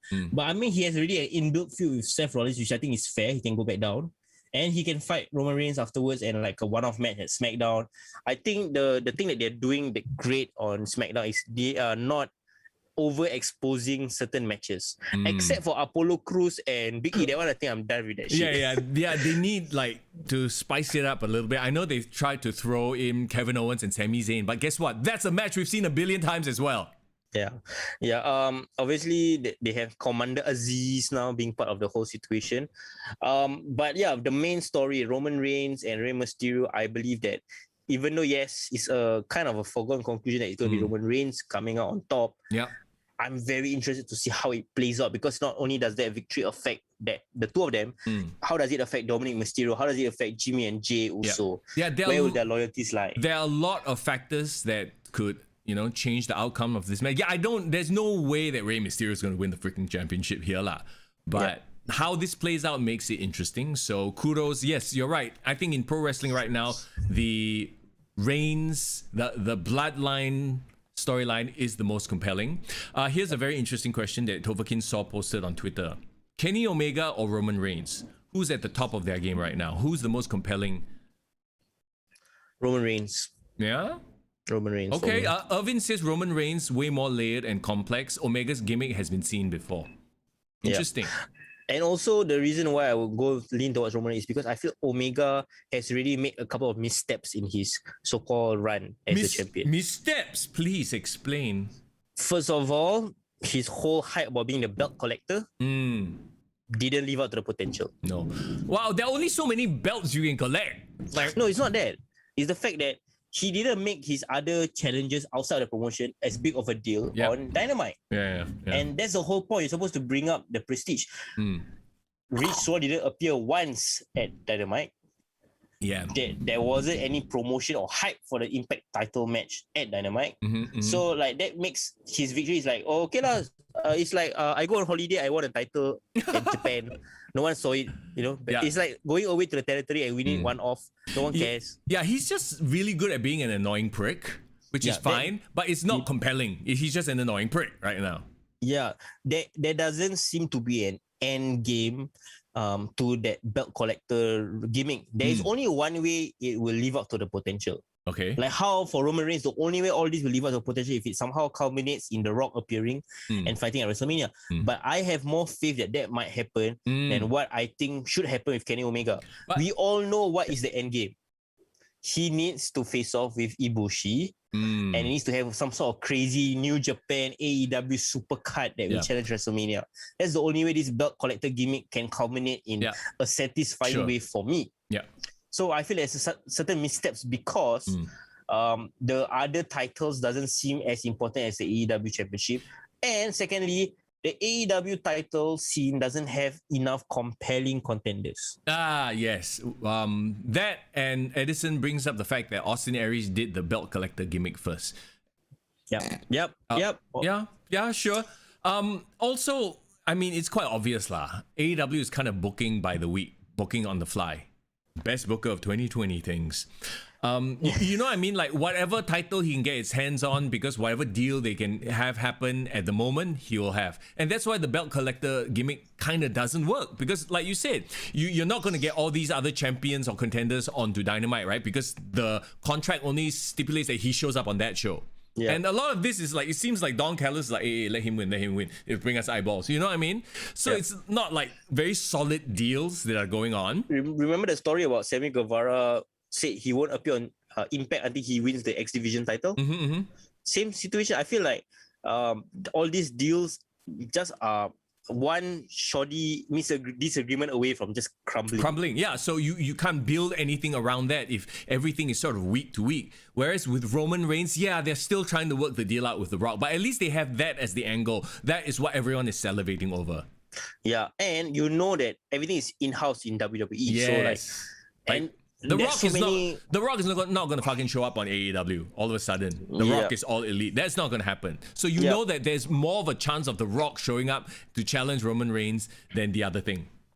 And also Roman Reigns has so many potential contenders other than The Rock that would be really exciting. Yes. For example, if John Cena returns, John Cena fighting this version of Roman Reigns, imagine the promos. Yes. Literally anybody. Brock Lesnar even. Yeah, I know we've seen so many times Brock Lesnar versus Roman Reigns, but this version of Roman Reigns. Even Drew McIntyre, bro. Even Drew McIntyre. Yeah. Even a potential one-off with Seth Rollins. Yeah, exactly. Heel versus heel. There are just so many permutations of this, and this is a lot of the credit has to go to Roman Reigns making his character ultra compelling. Yeah. It's the same guy. Like arguably he has one or two different moves, but it's the same motherfucker. But he's the most compelling he has ever been. Kenny Omega, there's not a lot of compelling faces in AEW right now. Like the ones that he's really fought, he's really gone through. Moxley's really done. Yeah. Eddie Kingston, maybe that might be a one-off match there, but probably he's not going to win. Bro. Jungle Boy, his title shot is going to be on a Dynamite. What the fuck do you think is going to happen? Yeah. So that's a non-starter to begin with. Yeah, right. The only one that we all have agreed early on should be the end game is him losing the title to Adam Page. But Adam Page needs time to be reheated because now he's cold. Yeah, like what is he even? He's just hanging out with the Dork Order at this point. the Dork Order. And don't get me wrong, the Dark Order are a fun group now. Like they are sort of like, it's like a Karrion Kross. You know, like they're just a group of silly. Wow, Karrion Kross. Or you know what I mean, like a lower mid card fun group that can headline friggin' Dark Elevator, but don't give me them on AEW Dynamite all the time. But literally, Miro just defended the TNT title against what's his name? Evil one Uno. of them. Like it was a fun match. I didn't hate the match. That could have been the headline match for something. Elevation. Actually, no lah. I actually enjoyed it on Dynamite, so I'm not gonna hate on it. But like, you have some really truly weird main events on Dynamite these days that I just cannot. Basically, the most over face. I'm being very honest. It's like I think Orange Cassidy is over. Yeah, he is a face. Yes. I think Darby Allin is an over face. Sure. But that's the point. Like they are just over face. Who is like a Jeff Hardy, like a Spike Dudley over face. Yeah. It's not like a The Rock compelling face. Sammy Guevara is at his peak in terms of hotness right now.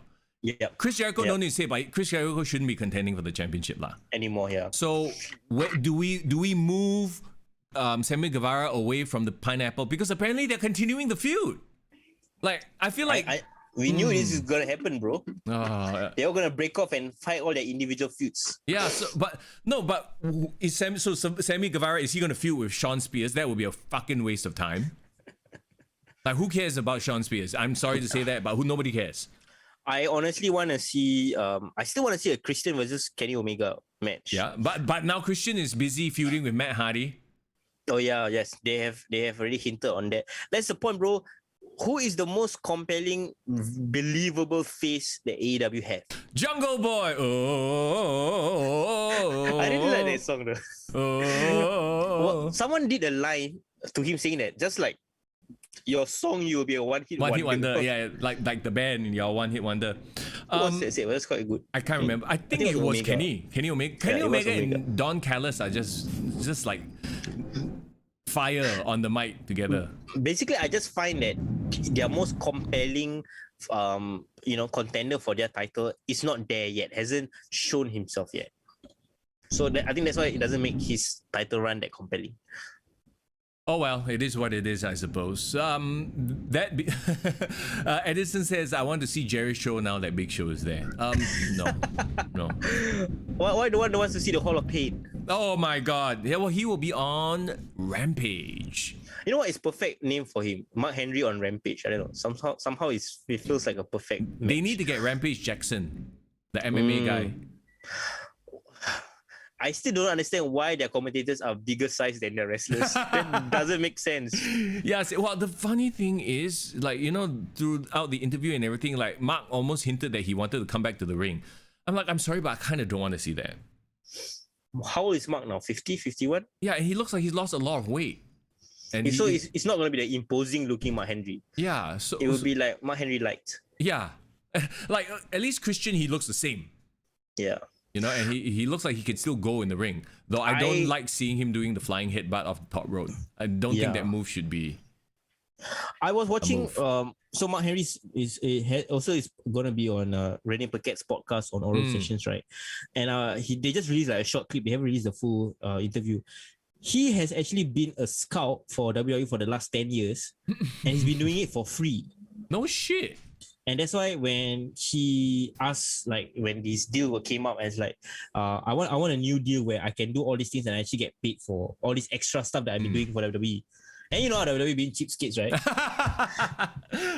Cheapskates. And he acknowledged, he said that, you know what, Vince McMahon apologized and said that, we know your skill set, we know your value, but we can't pay you what you want us to pay. And then he said, no, I understand it's completely just business. And I feel that I should be remunerated for the value that I give to you guys. So that I think it ended on like there wasn't any sensitive affected parties. Everything went out all right. But the fact that the matter is, right, that he brought in, you know what's crazy? Yeah. You know how we've been watching wrestling every single week and sit through all the crazy stupid shows, right? Mark Henry told Rene Paquette, ooh, Mister Young just disappeared for a while. Doggo, I need to let the dog in. Oh, okay. Yeah, Mark Henry told Rene Paquette, right, that for Busted Open Radio, they review every single show in all of weekly television wrestling every single week. Poor thing. So that means he said that he watches almost like 50-60 hours of wrestling every single week diligently.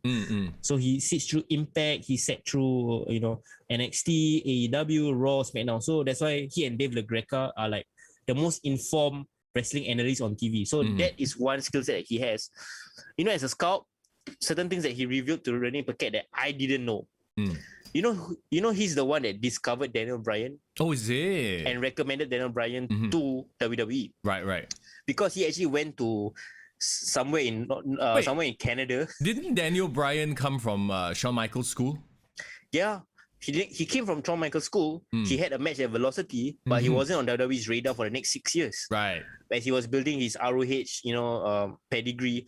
But he was discovered at an indie match. They were telling the story he had this match in Canada, and Mark Henry happened to be in the crowd watching it, and he could tell that not only was Bryan Danielson an amazing wrestler, he was actually carrying this very shitty wrestler to a somewhat decent match. And he knew that all of it was just all Daniel Bryan. So he actually gave Bryan Danielson a call and said that, hey, we want to bring you in for a tryout. Daniel Bryan thought that it was some random camp tryout or what.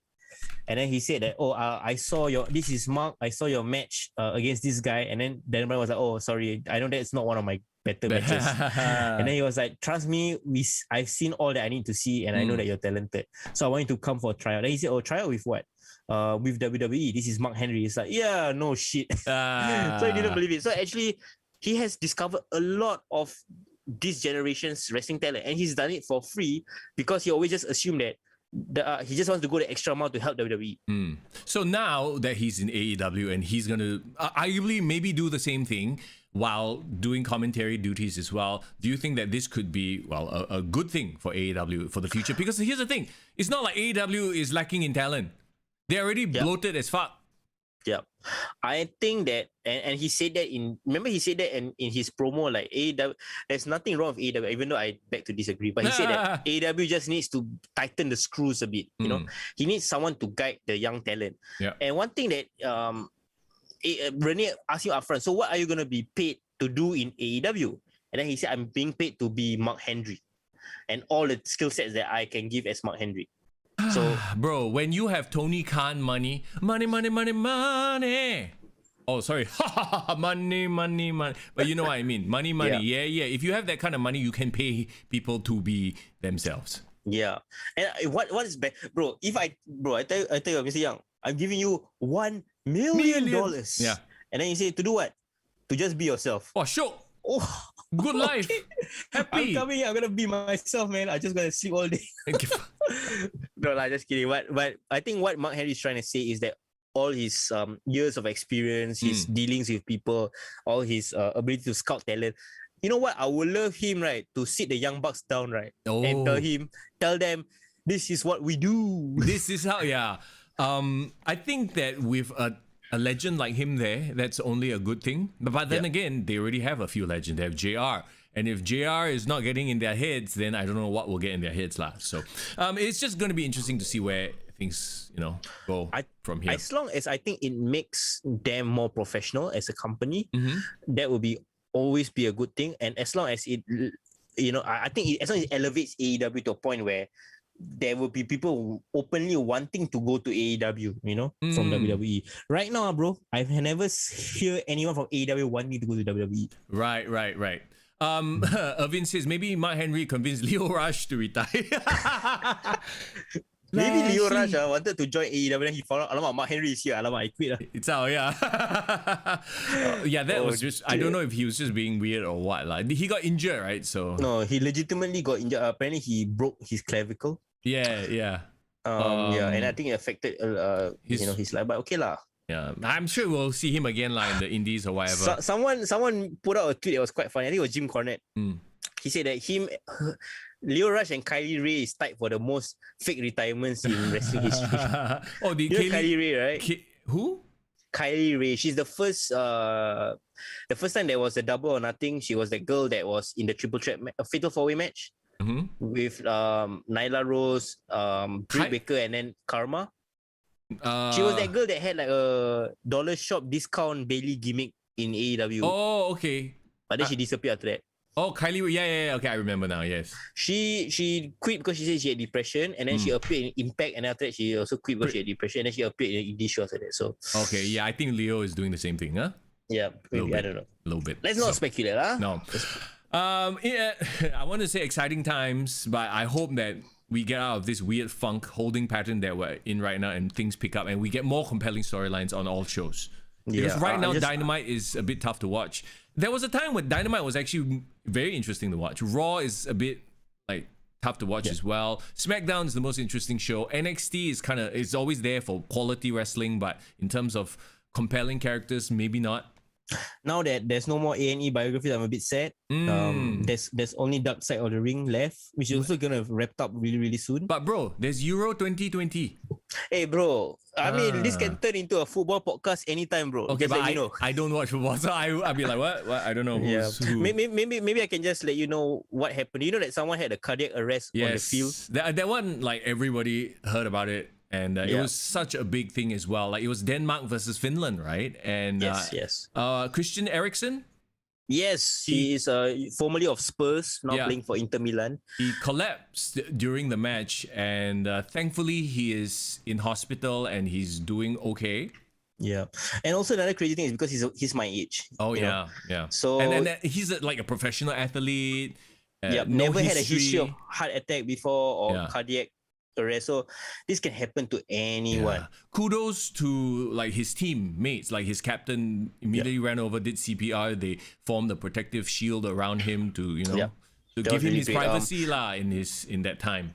another thing that apparently they credited the captain for saving his life because he actually was the first person to actually open up his airways and make sure he didn't swallow his tongue while he was out and did initial CPR before the doctors actually came down. So they actually gave credit to the captain and said that Simon, I can't pronounce his last name, Kjaer, but they said that it was because of him that he had a chance because there was a period where he was actually gone. His heart stopped beating. Yeah, they had to give him a cardiac massage on the pitch.